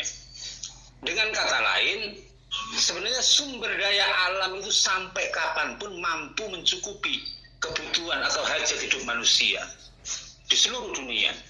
Hanya saja adanya mismanagement, adanya monopoli dari negara-negara adikuasa, negara-negara besar, itu yang menyebabkan seolah-olah kebutuhan hidup manusia itu tidak tercukupi. Itu postulat besarnya. Selanjutnya kalau kita bicara dalam konteks ekonomi atau sumbangsi Islam dalam perekonomian di Indonesia, itu kalau kita baca di Undang-Undang Nomor 23 tahun 2011 tentang pengelolaan zakat, itu potensi zakat per tahunnya dari Muslim itu sekitar 200 triliun lebih sebenarnya potensinya. Namun sayang sekali di Undang-Undang 2012 ini, Nomor 3 2012 tentang pengelolaan zakat ini, tidak pernah diatur sanksi bagi para wajib zakat. Sanksinya hanya ada pada pengelola zakat. Karena memang ini satu hal yang sensitif. Karena persoalan agama ini kewajiban secara pribadi itu apakah dia bisa masuk pada ranah hukum negara atau tidak. Tetapi kalau kita mau meningkatkan kepatuhan Muslim terhadap kewajiban zakat sesuai dengan ajaran agamanya, undang-undang ini bisa direvisi. Ada sanksi bagi para wajib zakat. Karena kalau pemerintah punya keberanian, sebenarnya dalam Al-Quran itu sudah tegas. Ati'ullaha wa ati'ur rasul wa ulil amri. Kenapa pada Allah dan Rasul itu sama-sama ada ati'unya? Allah ada ati'u, Rasul ada ati'u, itu ketaatannya mutlak. Sementara wa ulil amri tidak ada ati'nya. Artinya ketaatan pada ulil amri ini digantungkan pada ketaatan pada Allah dan Rasulnya. Artinya ketika undang-undang tentang zakat yang kemudian mengatur sanksi bagi wajib zakat ini sudah diundangkan dalam hukum positif, maka domain negara dia punya hak paksa soal ini meskipun sanksinya bukan sanksi pidana istilahnya. Sebenarnya itu. Jadi banyak sekali kontribusi ekonomi Islam pada negara ini. Apalagi kalau tiap tahun ada haji, itu berapa pendapatan negara? Itu menurutku. Kemudian kalau soal tadi yang ditanyakan oleh siapa tadi, aku agak lupa, itu tentang sebuah ayat, apakah itu walatus al atau walatas al? Itu jawabannya sudah dikupas sama teman-teman Muslim. Sebenarnya mayoritas ulama itu berpendapat bacaannya tus'al. Hanya salah satu sahabat Ubay ibnu bin Ka'ab kalau tidak salah itu walatas al. Tetapi kita umat Islam meyakini ijtihad terbesar, dan kita yakini bahwa yang kita anggap sebagai yang paling mendekati kebenaran itu adalah yang diakomodir dalam Quran Utsmani. Artinya mayoritas ulama itu wala tus'al. Tentang mana yang lebih benar, wallahu a'lam bishawab. Artinya tus'al maupun tas'al perbedaannya tidak begitu jauh, dan kedua-duanya mungkin ada yang meyakini bahwa sebenarnya tus'al bukan tas'al. Artinya ayat ini tidak akan pernah hilang. Itu menurutku. Monggo yang lain silakan. Baik, silakan. Makasih banyak Bu Sandi atas tanggapannya. Silakan dari umat Kristen, pertanyaan dari Bang Juma tadi, tolong ditanggapi mengenai soal ekonomi. Ekonomi, jangan sampai kita loncat ke yang lain ya. Ekonomi, silakan. Apa saja terserah bebas. Ya, kalau di umat Kristen memang tentang syariah itu mungkin itu bahasa ya diambil ya. Memang sudah menjadi sebuah amanat juga, amanat agung juga, bahwa tidak boleh memberikan bunga atau imbalan yang lebih berupa uang kepada orang lain atau memberikan makanan yang mengandung riba, bahkan lebih dari itu. Artinya di sini disiratkan bahwa keuntungan dari sebuah usaha itu harus dibagi rata. Jangan memberikan riba itu berbicara kan mengambil keuntungan lebih kan begitu loh. Nah di sini sebenarnya sudah disiratkan tentang pengaplikasian secara perbankan, yaitu saya tidak bisa mengatakan diambil dari ayat mana, tetapi memang itu sudah dituliskan ya, menjadi amanat juga yang harus dilaksanakan. Terus bagaimana kontribusi umat Kristiani dalam memecahkan kemiskinan ekonomi di bangsa ini? Memang kita sekarang melalui pimpinan kami yang ada di Indonesia bagian timur ini, itu juga sudah melakukan pelatihan kan tentang bagaimana pengolahan bahan baku menjadi bahan siap saji kan gitu loh. Dan itu menjadi UKM yang memang untuk mempersiapkan masyarakat itu mampu untuk mandiri kan, itu tidak tergantung kepada contohnya ibu rumah tangga hanya bergantung pada suami, gaji dari suami. Memang itu sudah menjadi gerakan yang masif ya, tetapi memang itu belum menjadi gerakan nasional, tetapi itu sudah menjadi kerangka untuk kita membangun Indonesia itu melalui bisa dikatakan ekonomi keumatan, ekonomi kerakyatan kan gitu. Jadi memang sudah kita berjalan gitu ya, sudah kita lakukan. Berbicara tentang hasil dan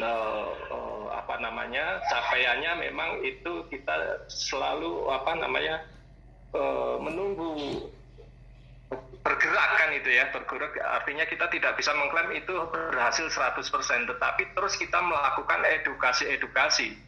Bahkan kita sering mendatangkan orang-orang ahli di bidang properti, di bidang apapun juga, di bidang saham, untuk kita melakukan pelatihan ya di gereja-gereja. Jadi memang concern untuk mengentaskan kemiskinan itu adalah menjadi amanat bersama, amanat agung juga untuk bagaimana kita bisa mengentaskan kemiskinan di Indonesia. Sementara itu yang bisa saya sampaikan, Bang.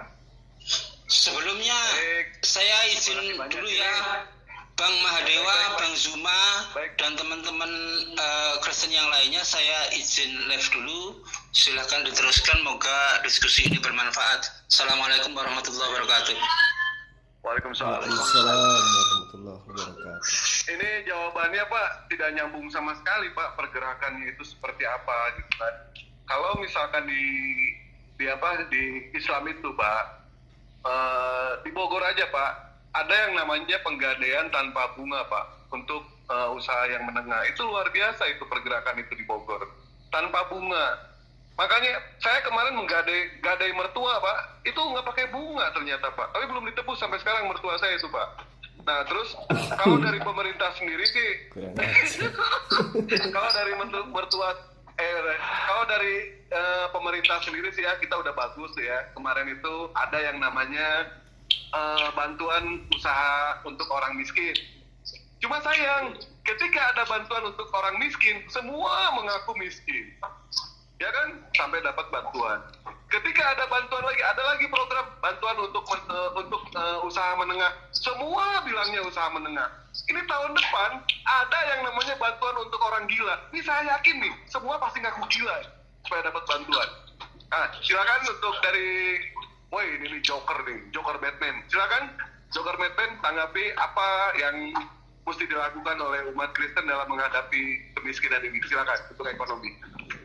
Sebenarnya dalam bidang ekonomi, Alkitab itu sudah mengajar kita dengan tegas ya. Itu banyak sekali dalilnya itu tentang ekonomi di dalam Bible. Bible itu firman Tuhan. Apapun pertanyaan yang diberikan untuk menyudutkan Bible itu, dia akan menjawab dengan sendiri. Dalam Kejadian 4 ayat 2, di situ kita dapat melihat Habel adalah penjaga domba, tetapi Kain adalah penggarap tanah.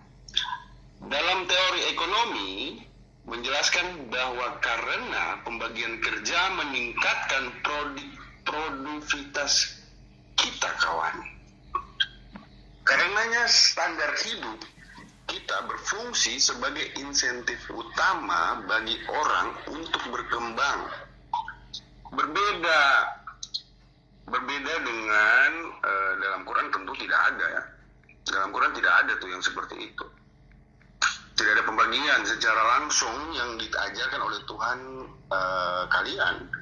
Kecuali kalian mengambil dari luar Al-Quran itu. Syariah bukan hukum positif dari Tuhan.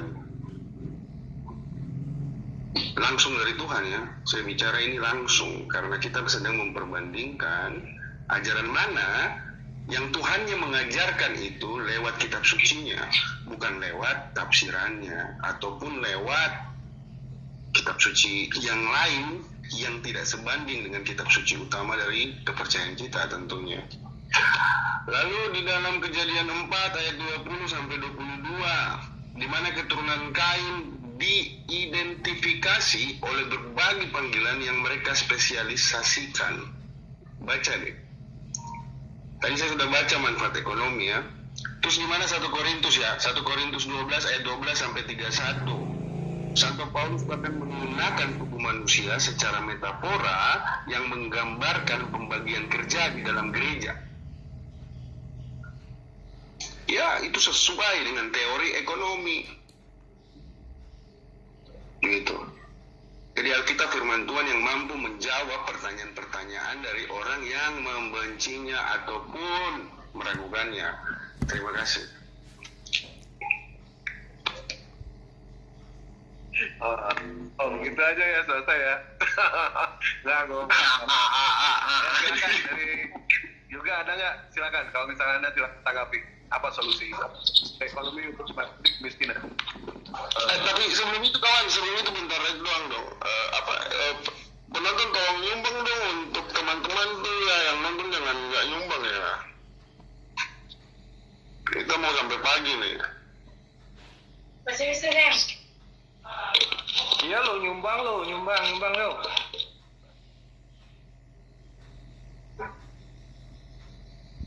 Silakan. Ada ya? Ada? Nggak ada? Baik, kalau misalkan nggak ada, Mana silakan. sini kan nggak ada, kemana tuh nih kan buka awal aja ada terus habis hilang. Bang Juma gimana Bang Juma? Mau ditanggapi atau enggak? Ya, saya hanya minta kalau misalnya saudara swasta masih pakai kitabnya Bani Israel, saya heran aja gitu loh. Karena gara-gara kitab perjanjian lama inilah kemudian sehingga Yesus itu mati dikutuk kan di atas tiang. Artinya dengan matinya Yesus di tiang salib secara terkutuk membebaskan orang Kristen dari hukum Taurat. Kok masih dipakai-pakai juga itu kitabnya orang. Jadi gini, yang kita bahas hari ini adalah apa yang terimplementasi di dalam kehidupan bernegara yang bersumber dari agama Kristen, dari kitabnya. Kalau kita Islam kan sudah nyata, tadi saya jelaskan adanya perbankan syariah. Saya belum lari ke yang lain. Perbankan syariah itu sumbangsi yang sangat luar biasa untuk ekonomi negara kita ini. Nah, dari pihak Kristen apa? Kalau bercerita tentang ayat per ayat, Anda tidak mampu mengalahkan Al-Quran. Justru karena dalil Al-Quran itulah kemudian memanifestasikan dirinya lahirnya perbankan syariah. Dan sistem itu secara global diakui oleh dunia. Nah sekarang dari kitab Anda gabungkan aja deh, nggak apa-apa. Gabungkan kitabnya Bani Israel dengan Bani Kristen menjadi satu. Lalu bentuk sistem apa yang bisa dipakai di dalam kitab itu untuk menopang ekonomi negara Republik Indonesia ini. Itu aja sih, kalau bisa, tapi saya rasa tidak akan mampu karena memang nggak ada. Mungkin begini kawan, kamu belum memahami tuduhan yang kamu katakan sendiri gitu. Kamu belum menyadari itu. Kamu masih dalam angan-angan seakan-akan orang Kristen meminjam dalam tanda kutip mengambil kitab Tanakh orang Yahudi. Perhatikan baik-baik. Dijelaskan berulang kali, kami tidak mengambil kitab itu. Yang mentranslatekannya adalah para rabi itu sendiri. Melalui siapa? Izin dari Eliezer. Oke? Dan yang mentranslatekannya ke Yunani itu orang Yahudi sendiri, rabi-rabi mereka sendiri. Oke, Rambam Mishneh Torah chapter 10 ayat 10 menjelaskan dengan jelas bahasa Yunani itu diterima oleh bangsa Yahudi sebagai bahasa Alkitab. Oke, saya berikan dalilnya itu. Oke, kita keluar dari konteks itu dulu. Di dalam Alkitab tadi saya sudah jelaskan dengan jelas di mana teori ekonomi itu terjadi. Indofood, Garuda Food, semua pemiliknya penyumbang ekonomi yang dalam tanda kutip lumayan besar, membantu perekonomian Indonesia. Tentu pemilik dari orang-orang itu berdoa kepada Tuhan yang benar, maka dituntunlah mereka menjadi pengusaha yang sukses. Logika seperti ini kan yang ingin kamu jelaskan, syariah dan sebagainya. Ya kan, syariah itu bukan hukum positif Quran. Tunggu dulu, saya harus jelaskan syariah bukan perintah langsung Tuhanmu. Itu adalah adat istiadat. Tunggu, ini akan nyambung kepada apa yang Zuma tuduhkan. Gitu loh. Kami tidak meniadakan hukum Torah, kami meniadakan 613 mitzvot, hukum adat istiadat Yahudi. Pahami, hukum Torah itu hanya yang tertulis di dua lo batu. 613 mitzvot yang Suma selalu katakan itu mesti dijelaskan. Itu hukum adat istiadat seperti ini nih contohnya ya, hukum adat istiadat. Jangan berzina diimplementasikan oleh Musa. Kalau kau berzina, kubur badannya setengah, lemparkan dia sampai mati. Tidak pernah Yod-Heh-Waw-He itu mengatakan seperti itu.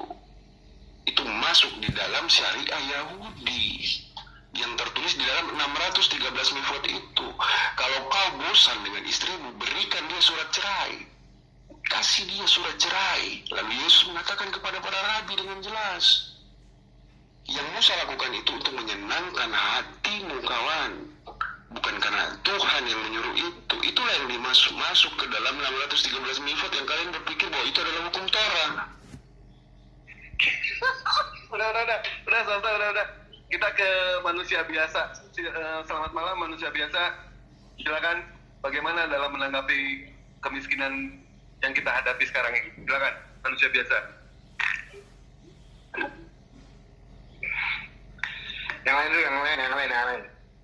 Ya, saya yang lain, silakan. Pak, banyak juga nggak apa-apa. Banyak saya aja Bang ya. Seingat kalau nggak salah ngutip, nggak salah baca ya, bahwa hukum syariah itu memang diambil dari ayat Alkitab Imamat ini Bang. Itu ditemukan yang mengembangkan orang Indonesia di London kalau nggak salah. Mungkin itu sih pendapat saya sih, bahwa hukum syariah itu bersumber dari Imamat ini Bang. Itu aja sih. Oke, jadi saya tambahin ya, Matius 17 ayat 22. Tunggu dulu, saya tambahin. Matius 17 tidak. Masalahnya Zuma yang membuka dulu arah sana. Jadi saya jelaskan sekalian nih ya. Dalam Matius 17 ayat, tunggu saya jelasin. Tunggu bentar. Matius 17 ayat 24, Yesus membayar bea untuk bait Allah. Pahami ya, hukum pajak Yesus sudah terapkan. Oke? Ya, berarti Tuhan sidako di situ ya, swasta ya. Ikut sumbang. Bukan sedako, beda dong. Baca judulnya, baca perikopnya. Jadi dengan jelas nyumbang. sistem. Yesus nyumbang bukan pada saat itu? Bayar.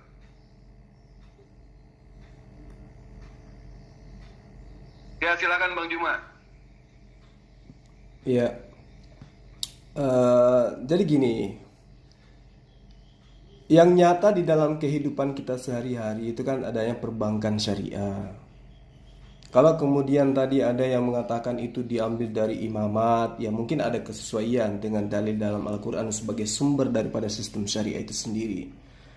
Tetapi yang perlu dipahami di sini adalah perbankan syariah ini itu adalah asas yang ada di dalam Al-Quran dan Hadits yang merupakan bukti nyata sumbangsi Islam terhadap negara ini. Yang jadi masalah sekarang, solusi yang seperti apa yang Kristen tawarkan atau yang Kristen berikan terhadap negara ini kaitannya dengan ekonomi yang sumbernya berasal dari kitabnya sendiri. Ya, kitabnya Kristen itu kan, kalau misalnya tadi saudara swasta mengatakan perjanjian lama, ya itu kitabnya orang, itu kitabnya Bani Israel. Kalau di abad ketiga sebelum Masehi kemudian diterjemahkan dalam bentuk Septuaginta, itu bukan berarti menjadi kitabnya non-Yahudi. Itu nyata kok, baca Yeremia 31 ayat 33. Allah membuat perjanjian baru dengan Bani Israel. Apa perjanjian barunya Bani Israel dengan Allah? Allah menjanjikan memasukkan hukum Taurat kepada batin setiap Bani Israel, bukan kepada non-Israel, dan itu tidak ada dalilnya. Jadi kalau Anda mengatakan itu adalah kitab kami hanya karena diterjemahkan, wah itu sangat menyedihkan menurut saya. Sementara kalau Anda melihat daripada kitab Anda, ini berbicara tentang kitabnya Kristen, berarti surah-surah Paulus. Anda coba lihat di Galatia 3 ayat 10. Karena semua orang yang hidup dari pekerjaan hukum Taurat berada di bawah kutuk. Jadi orang-orang Yahudi yang taat kepada kitab sucinya, mereka dianggap oleh pendiri Kristen itu sebagai orang yang terkutuk, sehingga harus ada orang yang membebaskan mereka mati di atas tiang salib dari kutuk itu. Sebab ada tertulis, terkutuklah orang yang tidak setia melakukan segala sesuatu yang tertulis dalam kitab hukum Taurat. Itu jelas. Jadi bermodalkan dengan kalimat ini kemudian secara cerdik, ya, ajaran yang Allah berikan kepada Abraham itu dihapuskan hanya karena dianggap itu adalah kutuk.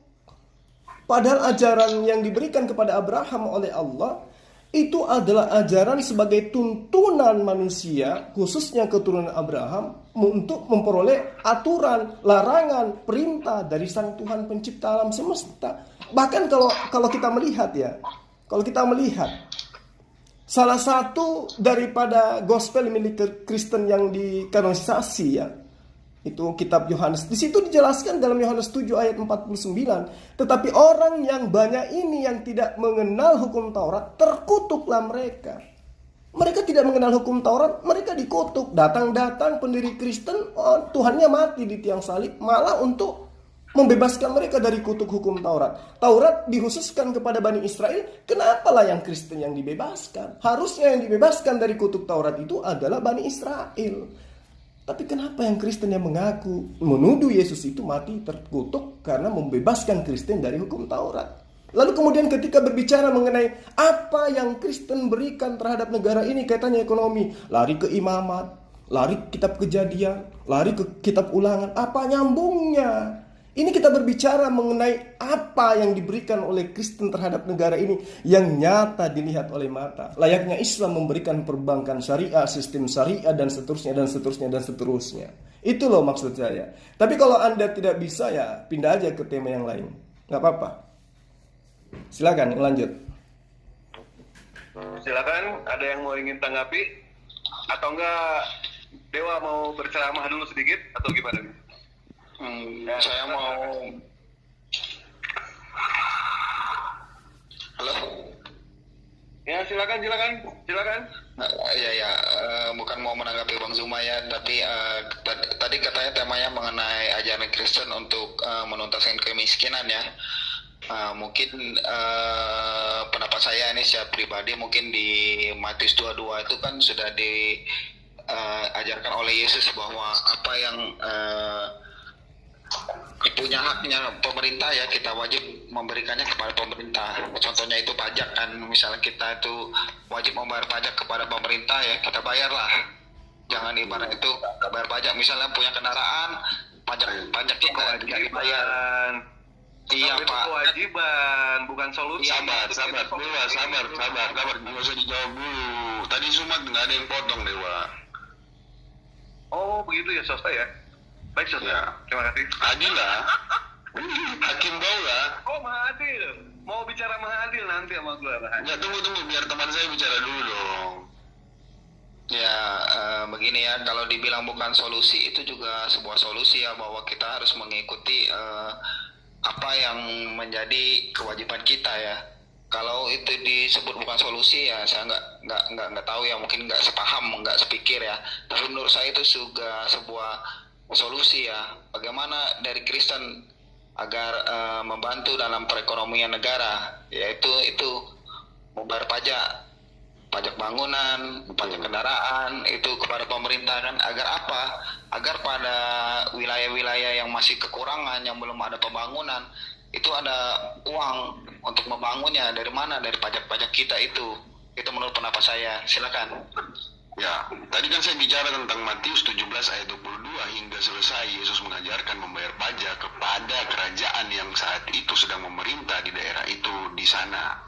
Teman saya menjelaskan dengan sangat baik dan benar. Bahkan lurah yang saat ini, lurah, tahu lurah nggak? Lurah, tahu nggak? Punya lurah nggak kalian? Lurah RT ya, saudaranya RT. Ya lanjut. Ya itu ajaran Bible. Ya, jadi aturan pemerintahan ya, bukan hadirnya di tahun 600, bukan. Dia sebelum di tahun 600 dia sudah ada. Baru bang saja kalian banggain gitu loh. Bagaimana aturan negara, kepemimpinan yang Yesus ajarkan gitu. Semua dokter dari bidang ekonomi ya, ini kita bicara sudut pandang ekonomi kan. Dokter, itu semua dokter tuh, soal penyembuhan mereka mencontoh Yesus. Tidak percaya? Baca deh, berapa kali Yesus menyembuhkan orang. Zaman itu sudah ada dokter, nggak ada. Oh, menyembuhkan itu berarti solusi juga ya itu ya, soal saya kemiskinan ya. Oh iya. Solusi itu.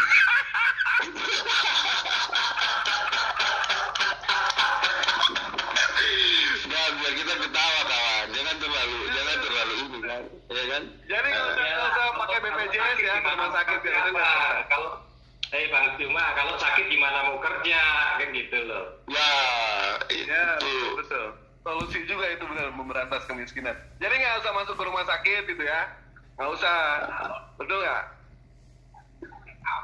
Ya betul. Kalau bisa jangan jadi seperti itu. Kalau sekarang jadi ketika tunggu dulu gini loh, ketika Suma dia bisa menyerang keluar dari topik, kamu tidak menegur dia gitu loh. Dia mengatakan bahwa bukan kami pemilik kita, harusnya kamu tegur sebagai host yang baik gitu loh. Oh bang, Anda itu bicara fakta, Oh, kalau gue bicara nggak fakta. Hah? Dan itu betul. Nah sekarang kembali lagi ke tema, untuk masalah tema, untuk kemiskinan ini bukankah perpuluhan yang diandalkan sama pihak gereja, dan perpuluhan itu disalurkannya kemana saja? Begini ya, arti dari perpuluhan di dalam pemahaman Katolik ya. Ketika ada seorang jemaat, dia tidak mampu membayar uang sekolah anaknya, dia akan datang ke pastor. Uang dari derba yang kita berikan tiap minggu itu akan digunakan untuk membantu umat itu. Itu perpuluhan namanya. Oh, buat membantu sekolah gitu ya? Ya, atau dia sakit ya, gitu loh. Sosial ya, kerja sosial gitu ya. Bisa jadi untuk, misalkan untuk membiayain kawin lagi, kalau ada orang yang mau kawin gitu ya. Selesai ya, itu bagus juga sih perpuluhan. Baik. Nggak ada. Ada yang mau nanggapi yang lain? Oh, nggak ada ya, baik. Ada lagi yang nanggapi yang lain? Topiknya keluar lagi nih, topiknya keluar ke perpuluhan. Jadi ekonomi yang Kristen sumbang itu adalah kepemimpinan yang sudah ada sejak adanya Yesus Kristus, bukan baru ada di tahun 600 itu. Itulah. Jadi semua model pemerintahan yang baik dan benar ada di dalam ajaran Kristen itu. Kristen mengajarkan kepemimpinan yang baik, yang solid tentunya kan, lewat yang Yesus lakukan, segala hal itu. Itulah yang Kristen sumbangkan untuk ekonomi. Baik. Siap. Dari Adista, siapa sih ini? Namanya susah amat sih ini. Coba namanya yang muda tuh jangan, aduh namanya susah. Coba silakan open mic. Baik, kalau tidak ada open, ini Dewa ingin mengutip satu riwayat ya dari Nabi Muhammad SAW. Ketika di zaman Nabi Muhammad, kemiskinan itu ada, yang namanya sahabat Nabi miskin itu ada. Dan disinilah solusi Nabi Muhammad dalam menghadapi kemiskinan itu, dia menaikkan yang namanya zakat. Dinaikkan sama Nabi Muhammad zakat itu. Entah itu 50%, entah itu 100%, entah itu 200%, tidak tahu. Dan dari hasil zakat itu dibagikanlah ke orang yang tidak mampu. Itu solusi dari baginda Nabi Muhammad SAW. Solusi yang pertama. Solusi yang kedua, ketika ada orang kaya dan dia memiliki hanya satu pembantu, makanya di situ Nabi Muhammad mereferensikan sahabatnya yang miskin itu untuk bekerja di orang tersebut. Itu solusi dari Nabi Muhammad seperti itu. Itu kita mencontohkan kepada Nabi Muhammad. Seperti itu kira-kira. Dari Bang Juma gimana? Bang Juma? Mau ditanggapi untuk joker swasta? Nggak usah Bang, lanjut. Saya, baik. Kalau misalkan seperti itu, dari yang lain ada dulu, dari yang lain. Kalau tidak ada, Dewa ceramah lagi ini. Gimana? Yang lain itu siapa itu kok nggak komen tuh? Yuko apa siapa ini? Coba Bang MC, tolong tampilkan di sini orang yang punya inisiatif yang bagus lah. Mudah-mudahan ada gitu. Yang lebih bagus dari, mudah-mudahan ada. Silakan Bang MC, tolong tampilkan. Coba. Ya udah buka topik aja deh. Apa kek? Silakan. Mau adu dengan Bang Juma atau gimana? Ya, kita dialog santai aja. Baik. Silakan Bang Juma. Oh iya. Dewa moderator aja, moderator. Silakan swasta ambil temanya. Closing statement tentang sumbangsi apa yang diajarkan oleh closing kan gitu. Jadi semua teman-teman bisa bicara. Jadi sumbangsi apa yang diberikan itu kan poin yang semua ingin dengarkan. Jadi kita harus melayani dia lah gitu. Oke.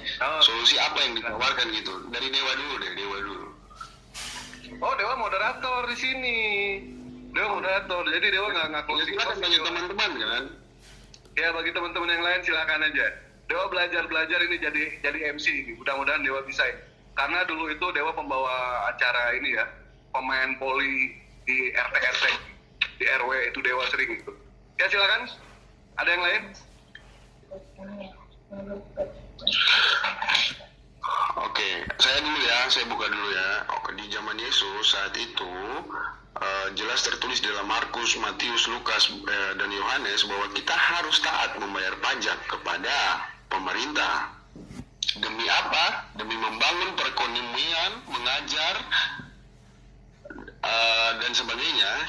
Kita harus taat membayar pajak, gitu loh. Jadi itu solusi yang ditawarkan oleh Kristen, dan itu ada tertulis yang tadi saya bilang. Seperti itu. Oke, bisa yang lain teman Kristen lanjutkan, silakan. Silakan yang lain. Baik, saya melanjutkan perkataan Bang Joker tadi ya, bahwa Yesus tidak melarang bahwa apa yang diwajibkan oleh pemerintah itu kita bayarkan. Yesus tidak melarang itu. Maka dari itu kita lakukanlah itu ya. Nah, untuk uang yang kita sudah berikan itu Yesus juga sudah mengajarkan bahwa ketika kita memberi itu tangan kanan, tangan kiri ya nggak boleh tahu kan. Jadi ketika kita sudah memberi pemerintah ya itu hak pemerintah. Jangan terlalu bagaimana kan, itu kembali kepada kesadaran diri pemerintah itu apakah dipergunakan dengan baik, oknum pemerintah itu dipergunakan dengan baik atau tidak. Kembali lagi apakah dia takut akan Tuhan atau dia takut tidak punya uang. Itu saja sih, terima kasih. Silakan dari Pak siapa nih? Adista Nova. Tunggu dulu ya, saya mau beri pertanyaan dulu dikit. Bentar, closing nggak boleh. Sebentar aja, lupa. Satu detik, 10 detik. Nggak bisa. 10 detik. Solusi yang semua ajarkan, 10 detik, saya mau tambahkan. Solusi, yaitu bank syariah. Ingat, itu hanya satu arah. Hanya untuk ya, kaummu saja, kawan. Itu bukan solusi untuk rakyat Indonesia, seluruh rakyat Indonesia yang Kristen ajarkan. Jangan melakukan framing seperti itu, swasta tidak boleh. Ya, kata siapa? Untuk umat katanya 10 detik, ini udah 11 detik, lebih 1 detik. Gimana sih? 10 detik udah beres. Ya udah. Iya. Jadi tidak boleh seperti itu. Kami menolong itu wajib hukumnya. Dan tidak ada yang namanya kami memilah-milih dalam setiap penolong itu. Nggak bisa seperti itu, swasta. Nggak boleh. Karena kami itu akan menunjukkan. Nah, contoh donasi ini. Donasi ini apa untuk diperuntukkan untuk umat muslim saja? Oh, tidak. Itu beda topik. Umat Kristen doang, bukan. Kamu kan tadi, Sumpah kan tadi bilang bank syariah. Bank syariah kan cuma satu arah. Ini bicara tentang solusi ekonomi. Adapun orang Kristen yang mau melakukan ke bank syariah itu tidak ada kami harus memilih-milih swasta. Tidak ada. Jadi jangan melakukan seperti itu. Ya, silakan Bang Juma.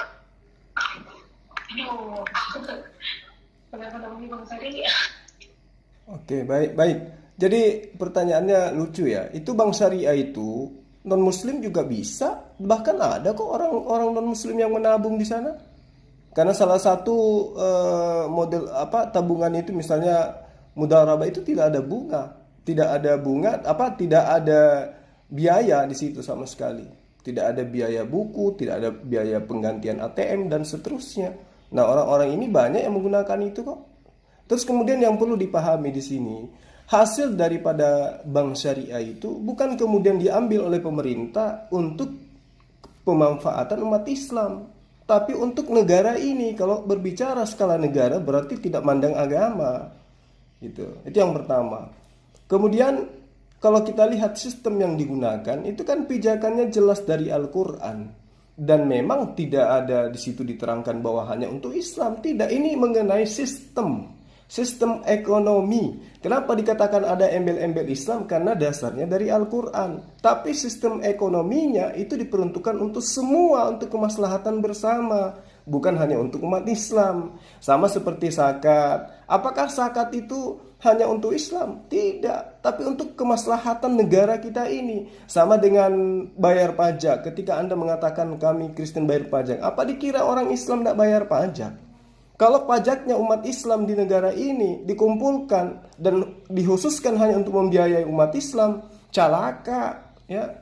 Artinya ada sebagian jalan raya yang dilarang oleh negara digunakan oleh umat Islam dan ada sebagian besar lagi jalan yang hanya untuk umat Islam. Jadi negara apa ini? Sistem ekonomi Islam itu bukan hanya untuk Islam tapi untuk semua. Namanya juga kemaslahatan umat. Kalau bicara mengenai kemaslahatan umat, berarti itu kemaslahatan tentang siapapun yang ada di dalamnya yang berdasarkan terhadap golongan, umat, negara. Ya, itu yang perlu dipahami dengan baik. Dan dalil Al-Quran itu sangat jelas. Surat Taubah ayat 60 menerangkan itu. Kemudian Surat Taubah ayat 29 menerangkan. Ayat 103 menerangkan. Banyak dalil-dalil Al-Quran yang pemanfaatan daripada syariah itu hukum ekonomi Islam itu diperuntukkan untuk semua orang, bukan hanya untuk umat Islam itu sendiri. Ya, seperti itu dari saya, kawan.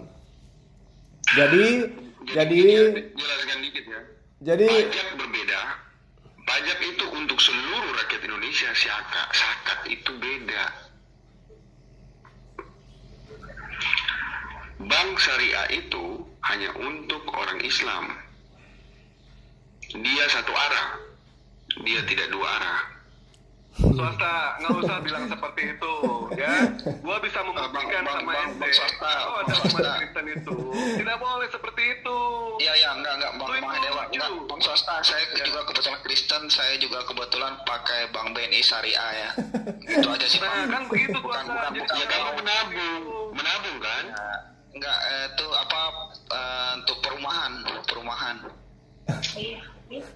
Jadi Ya. nggak boleh lah bilang seperti itu swasta ya.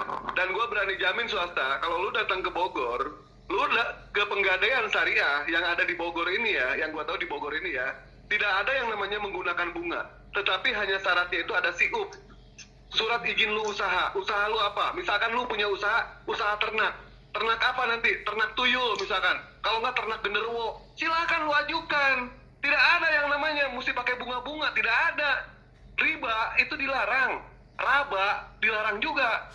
Sebenarnya hobi dewa sih itu. Silakan Bang MC. Ya, saya cuma nyimak aja sih karena memang sambil nunggu Goldian juga ya. Bang Sama MC. teman-teman. Ya. Moderator silakan. Itu Sebenarnya kan juga salah satu jujur lah itu ya, dia menabung di bank syariah. Masa sih dihususkan untuk umat muslim? Tidak. Ketika kami zakat, apa kami dibagikan kepada umat muslim aja? Oh tidak. Kalau tetangga kami ada umat Kristen, tentu kami pun akan membantu. Kalau ada agamanya Hindu, kami pun akan membantu. Ketika kami berkorban di bulan di Idul Adha, apa khusus untuk umat muslim saja? Tetangga dewa ada yang Kristen, dibagi nggak? Dibagi sama dewa. 2 kilo, kalau nggak salah 2 kilo sampai 3 kilo daging sapi dibagi. Setelah itu dewa minta duitnya, sekilonya 120.000, berarti 300.000 dewa ambil uang. Kan begitu swasta. Gimana sih swasta ini? Suka ngaco. ini mau aja swasta ini dulu sih. Mungkin aja swasta kenduri dulu ini. Ya, karena swasta ini udah lama juga mungkin nggak kenduri dia kan, jadi pengen juga. Juga gimana juga? Anaknya udah tidur? Sudah. Apa kau? Aku cuma kagak kau suruh naik gini. Oh iya, Mandro mana? Ini nggak seru sebenarnya sih, gara-gara ada Bang Juma pada lari. Tadi waktu sama Yisak semua dikeroyok gitu. Yisak sendiri dikeroyok rame-rame sama Oten. Tapi giliran Bang Juma malah Otennya yang lari. Ah, nggak benar juga ini. Enggak, tadi Goldian sama Bang Rudi itu sebuah pelajaran untuk kami, Bang. Jam terbang itu mempengaruhi. Enggak. Jadi kalau Terbang di mana dulu nih? Iya, kan kayak di dunia ini kan misalnya tuh diskusi ini kan, kalau Bang Zuma itu kan jam terbangnya udah tinggi, Bang. Gimana kami ini yang kayak baru-baru, apalagi aku kan. Jadi ada minder, rasa mindernya itu. Ya, justru Bang Yuga ini salah. Kalau kita mau naik kelas, kita harus bisa yang namanya mengalahkan orang yang lebih tinggi daripada kita naik kelas. Bagaimana Masalahnya bukan Bang, masalahnya kelas? yang setara aja belum pernah aku lawan, Bang. Gimana sama yang lebih tinggi, Bang? Itu Bang pemahamanku. Jadi ibaratnya tuh ya main-main levelku dulu lah, yang baru-baru gitu, Bang. Ibnu Kalam lah. Bang Yuga belajar di situ. Dewa aja ya, Dewa terakhir diadu sama badak, diadu sama batek, dia lari Dewa. Kemarin Dewa ngobrol sama tiang listrik, debat sama tiang listrik, sampai bengkok tiang listriknya. Jadi nggak usah takut. Kita belajar, hidup itu belajar, hidup itu berjuang. Terus belajar, terus berjuang. Sampai suatu saat Allah berkata, saatnya pulang. Disitulah pelajaran sama perjuangan itu dihentikan. Belajar aja terus. Bukan masalah takut, Bang. Cuman ya kan tadi kan HMC kan bilang karena ada Bang Zuma kan pada kabur ya. Karena merasa minder itu, Bang. Aku jujur juga ngerasa minder karena ada Bang Zuma ini. Tarik dulu. Nggak seperti itu, bukan Oh, deketin kabur. Bang juga jelek. Joker jelek nih, sesama muruk rupa nih. Ini si manusia muruk rupa nih. Joker udah berkeluarga belum, Joker? Bukan kabur. Istri dua, pakai Bang Dewa. Joker, udah berkeluarga belum? Istri dua dia. Nggak usah bahas pribadi. Maksudnya gini loh. Kita Bukan berdua baru. jelek. Kita berdua jelek udah berkeluarga, dia ngerasa ganteng belum berkeluarga. Itu lagi dibahas.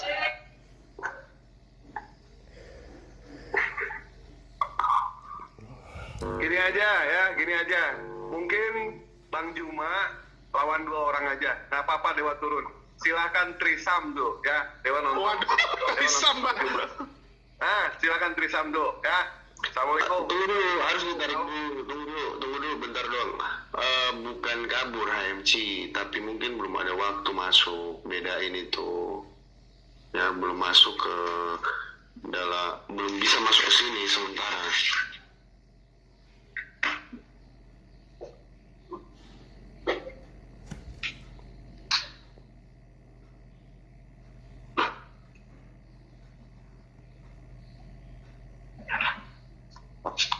pada diem sih ini.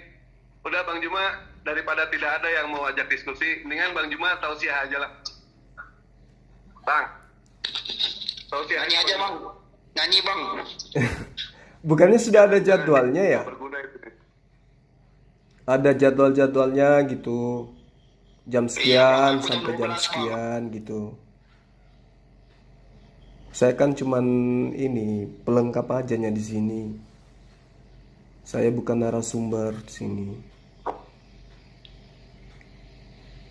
Pelengkap penderita lah gitu. Ini ada teman lu lagi juga, si Onta. Shalom, selamat malam Bang Haji. Salam.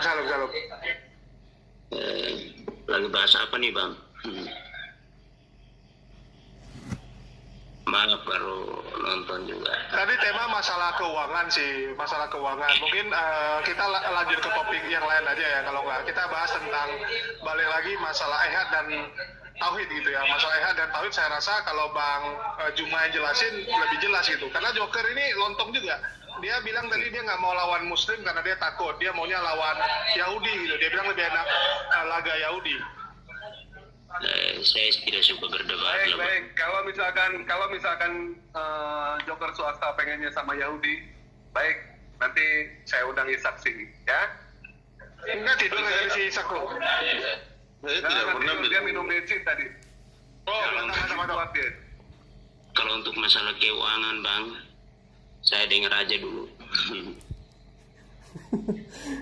Ya karena memang susah gitu kalau masalah keuangan, karena memang di kekristenan kan nggak mengajarkan usaha. Waktu itu saya sama Edis gitu, Edis si pakar, kita bahas masalah kedua agama ini kalau bahas tentang ekonomi dan keuangan bagaimana. Si siapa cuma bilang ya memang nggak ada, pokoknya usaha aja dari tanah gitu. Saya bilang kalau usaha dari tanah, orang sekarang nggak perlu berkebun juga banyak yang lebih kaya gitu ya. Malah bos-bos itu nggak ini ya, cuman usahanya itu ngontrol, ya lebih kaya daripada orang yang harus cangkul-cangkul gitu. Terakhir dia bilang ya di Kristen itu pokoknya untuk hidup aja udah boleh lah gitu. Jadi memang agak abu-abu kalau di Kristenan. Itu si Edis yang ngomongnya, bukan gua ya. Edis itu ada tema sendiri itu kemarin. Saya H2H sama Edis masalah konsep ekonomi ya, konsep ekonomi dan keuangan di kedua agama. Baik, Dewa closing statement aja ya dari Dewa ya. Boleh. Boleh. Apa-apa. Tujuan hidup kita di dunia itu ada dua ya. Rata-rata kita punya dua tujuan hidup yang sama, dua tujuan. Yang pertama ingin kaya, yang kedua masuk surga. Selain itu tidak ada. Bagaimana cara kita itu supaya mendapatkan kaya? Ada dua cara juga untuk mendapatkan orang menjadi kaya. Yang pertama, born to the rich man. Artinya lahir dari keluarga kaya. Sudah pasti yang namanya kalau lahir dari keluarga kaya, insya Allah kita akan ke bawah kaya. Yang kedua, dengan cara bekerja keras. Nah, ayam itu modalnya cuma ceker loh. Ceker sama patok, diberikan rezeki. Apalagi kita sebagai manusia, selama punya dua tangan untuk bekerja, dua kaki untuk melangkah, untuk apa kita takut? Kita berusaha aja, berusaha dan bekerja.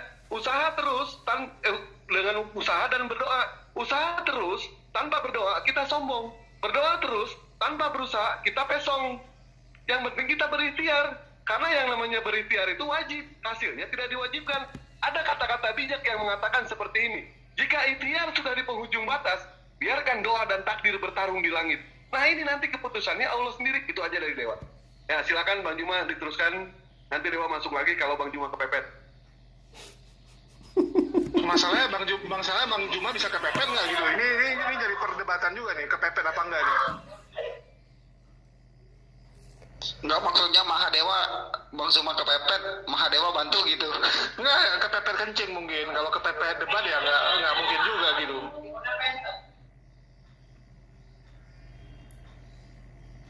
Iya, ini tadi si Isa kalian kroyo gitu, nggak benar juga. Ini otennya hilang semua begitu Bang Juma. Terakhir oten-oten di sini hilang semua memang kalau ada Bang Juma. Saya stres juga kalau udah hilang semua. Ini Ibnu Kalam dari tadi komen-komen di live chat pula loh. 3 surga ku dapat plus hidayah. Wah dia surganya pindah-pindah nih Ibnu Kalam, karena 3 agama dia bisa pindah-pindah surga nih. Nih ada yang mau nasihati nggak nih? Gabung aja, undang dia. Nggak mau, dia sekarang kalau mau diundang harus dikasih internet dulu, isiin paket internet dia baru mau naik dia, atau minimal donasi. Ini ada sebelumnya saya sambut dulu ya. Ini ada Made in Kalijogo. Wah, ini ada MKC nih. Halo, selamat malam nih. Ini nampak si Handai Art ini ya. Kalau gaya-gaya gambar gini. Halo.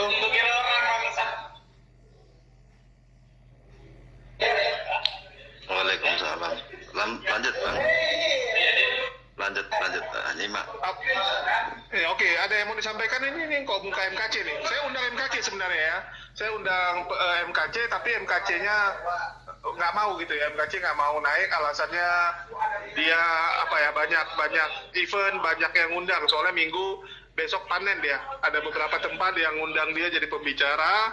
Jadi kalau di sana kan lumayan amplopnya. Kalau di sini kan cuman donasi untuk orang susah gitu. Kalau di sana kan dia yang dikasih duit, jadi kebalik. Ini gimana nih Joker swasta masalah donasi nih?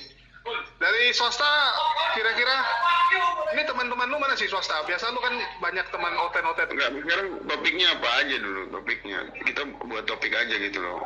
Oke, kita mau bahas apa nih? Jalan keselamatan yuk. Mau? Boleh. Oke, jalan keselamatan. Jadi yang jam 12-nya gimana, Bang? Nggak apa-apa, nanti mundurin aja juga gitu. Kan masih lama gitu. 1 jam lagi kan? Itu kan 1 jam lagi kan itu jalan keselamatan kan? Iya, masalah 1 jam lagi lu masih selamat apa enggak kan kita nggak tahu. Jadi jangan bilang kayak swasta gitu kan, nantangin debat, tahu nggak dia bilang apa? Bulan November. Gue bilang swasta ini masih bulan 5. Lu nantang debatnya bulan 11 gitu. Memang masih hidup bulan 11. Kacau juga gitu kan. Waduh, ini ada masalah. Oke, dari Yuga lagi nih. Kira-kira lu mau buka tentang keselamatan lah apa gimana? Kenapa lu mempercayai Kristen itu akan membawa lu ke surga gitu? Padahal jelas sekali banyak dalil menyatakan bahwa surganya Kristen itu sempit gitu. Udah sempit, kuotanya ada lagi gitu kan. Kalau ada kuota, lu bayangin aja penduduk sekarang aja 8 miliar, ditambah yang meninggal dari zaman dulu sampai sekarang, mungkin total kehidupan manusia itu sampai kiamat 100 miliar ada mungkin ya, 100 atau bisa jadi 1 triliun manusia gitu. Yang dikasih kuota kecilnya minta ampun. Apa yang menjamin lu yakin lu dapat gitu? Saya rasa mungkin dari 10 tahun cuma 1 orang yang dapat jatah gitu. Kalau itu kan nanti dibahas di mengenai pengertian ayat ya, bahwa ada ayat yang menjelaskan bahwa bukan terbatas kayak maksud kamu yang 144 mungkin ya maksudmu ya. Nah jadi saya mulai dulu ya mengenai jalan keselamatan ya. Nah kalau menurut saya itu agama yang saya anut sekarang itu sudah benar ya mengenai keselamatannya, karena Yesus sudah bilang juga, akulah jalan kebenaran dan hidup kan. Dia bilang tidak ada seorang pun datang kepada Bapa kalau tidak melalui aku. Itu kata Yesus kan. Kenapa? Karena Yesuslah yang sebagai penghubung antara kelayakan manusia hidup berdampingan lagi kepada Allah. Tanpa Yesus mungkin manusia itu nggak bisa hidup berdampingan dengan Allah kembali seperti di Taman Eden dulu ya. Karena juga Yesus juga sudah ditegaskan kembali bahwa Yesus juga bilang kan bahwa dia memberikan nyawanya menjadi tebusan bagi banyak orang ya, bagi banyak orang. Yesus sudah katakan semua itu. Makanya saya bilang menurut saya itu bahwa konsep kekristenan itu mengenai keselamatan itu sudah benar. Silakan. Oke, saya turun bentar, saya tukar dulu orangnya.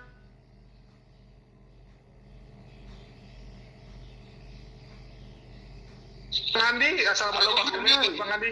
Ya, gimana Bang? Menurut Yuga dia pasti selamat Bang. Padahal udah saya bilang jatah kuotanya surga Kristen itu kan kecil dan jumlah kehidupan ini udah sangat lama, apalagi sampai kiamat nanti ya penduduknya mau berapa banyak gitu. Tapi si Yuga yakin dia masuk surga Bang. Coba ditanyain dulu nih. Saya nih. Iyalah Bang, siapa lagi? Oh ya. Dia kan, abang kan udah jadi penjinaknya juga sekarang kan? Enggak, Bang Handi baru datang. Maksudnya dijelasin sedikit. Bang Handi kan baru datang gitu. Oh ya, tadi kan saya jelasin, ya. Kau nggak usah bilang juga, kau belum ngomong pun udah tahu dia. Namanya penjinak kamu. Enggak gini bro juga gitu.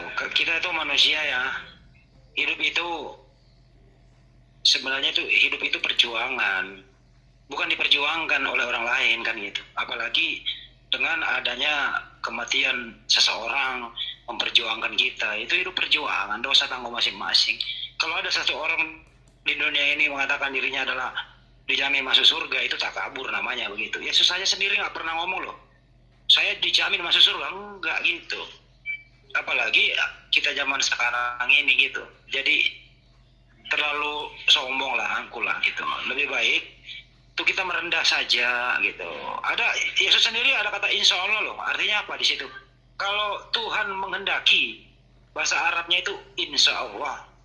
Itu kata Yesus gitu loh. Masa sekarang di zaman ini melebihi daripada Bang. Kenapa Pak diprotes lagi? Iya Bang. Ya kalau ngomong harus ya. Yesus pernah nggak ngomong Bang, hidup saya dijamin masuk surga Bang? Ya. Enggak dong.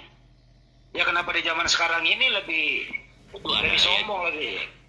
Ada ayatnya Pak. Mungkin Bang Handi kan tadi menanggapi perkataan saya, biar saya pertegas sedikit ya, bahwa Yesus itu bukan menanggung dosa pribadi yang kita buat ya, tapi Yesus itu menebus. Kan sudah dikatakan oleh Yesus bahwa dia itu menebus.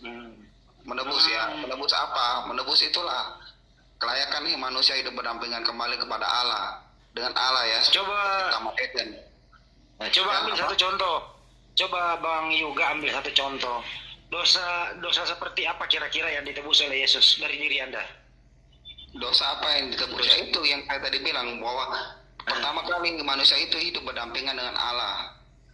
Ya, pertama kali manusia itu hidup berdampingan dengan Allah menurut Kristennya di Taman Eden. Nah, karena kesalahan yang dibuat oleh manusia pertama itu ya, si Adam dan Hawa itu, maka manusia nggak hidup lagi berdampingan dengan Allah. Nah, bagaimana cara kelayakan bagaimana cara kelayakan bahwa manusia itu dapat hidup berdampingan dengan Allah lagi? Makanya kita harus mempunyai jalan ke sana. Bagaimana caranya? Apakah amal saja bisa membuat kita hidup berdampingan dengan Allah? Tidak. Nah, terus dosanya yang mana ini? Dosa Anda yang mana yang ditebus? Kan saya sudah bilang tadi. Anda ngomongin Adam. Saya minta Anda ini dosa apa yang ditebus itu loh. Kok adanya diomongin? Saya tanya Pak Yuga itu loh. Bang, biar sedikit itu ya paham ya. Biar sedikit paham begini Bang. Yang maksud ditebus itu ya Bang ya. Kan bahwa kelayakan saya ini sebagai manusia itu Bang bisa hidup berdampingan dengan Allah lagi. Karena apa? Manusia pertama itu yang si Adam dan Hawa itu kan sudah melakukan dosa. Kami kan mempunyai dosa waris Bang. Pemahaman dosa waris ya. Karena diwaris seperti apa itu? Ya itu pelanggaran ya itu dosa ya, bahwa membuat manusia tidak hidup berdampingan dengan Allah lagi Bang. Jadi dosa warisnya Adam itu sekarang melekat pada diri Anda gitu? Pada semua manusia kalau menurut pemahaman Kristen. Kalau tanpa ya karena itulah jadi kita hidup di bumi ini Bang. Jadi udah dipersingkat nih, diperjelas. Dosa Adam melekat pada diri Bang Yuga, terus ditebus oleh Yesus kan gitu. Makanya saya bilang gitu Bang, dosa manusia pertama itu membuat kita semua manusia itu hidup nggak lagi berdampingan dengan Allah. Makanya Yesus itu ya dosa melanggar perintah Tuhan itu Bang. Jangan kau makan, jangan kau sentuh kan. Oh cuman itu. Oke. Sekarang apa hubungannya Adam dengan Anda sehingga ditebus juga? Apakah Anda ikut terlibat di zaman itu? Kan enggak? Karena saya adalah keturunan Adam, Bang. Kita semua ini keturunan Adam. Tanpa kalau Adam nggak melakukan hal tersebut, kita kemungkinan masih hidup di Taman Eden, Bang. Tidak berdampingan dengan Allah. Oh jadi kalau Adam nih nggak melanggar di situ, sekarang Bang Yuga nggak ada di stream ya. Sekarang Bang Yuga ada di surga. Tadinya Bang Yuga dilahirkan dari ibunya gitu. Ya. Oh gitu. Terus mungkin sekarang kita beda konsep kan? Iya, terus enggak, ini saya nggak pakai konsep saya cuma pengen ngerti aja gitu artinya. Iya. Karena Anda sekarang di bumi bukan di surga, itulah menjadi dosa waris kan gitu. Nah itu yang ditebus Yesus kan gitu. Iya, bukan dosa pribadi. Nah Yesus sendiri belum ada waktu itu tuh. Kenapa jadi dia yang nanggung itu? Iya kan sudah saya bilang Bang, bagaimana jadi caranya manusia itu bisa hidup kembali berdampingan dengan Allah pada hari penghakiman nanti? Ya itu Bang, jalannya itu Yesus. Oke. Terus cara Yesus untuk itu seperti apa untuk menebus itu? Iya kan sudah tertulis. Ini yang putus suaranya siapa ya? Iya. Suara? Oke. Baiklah kalau begitu Bang.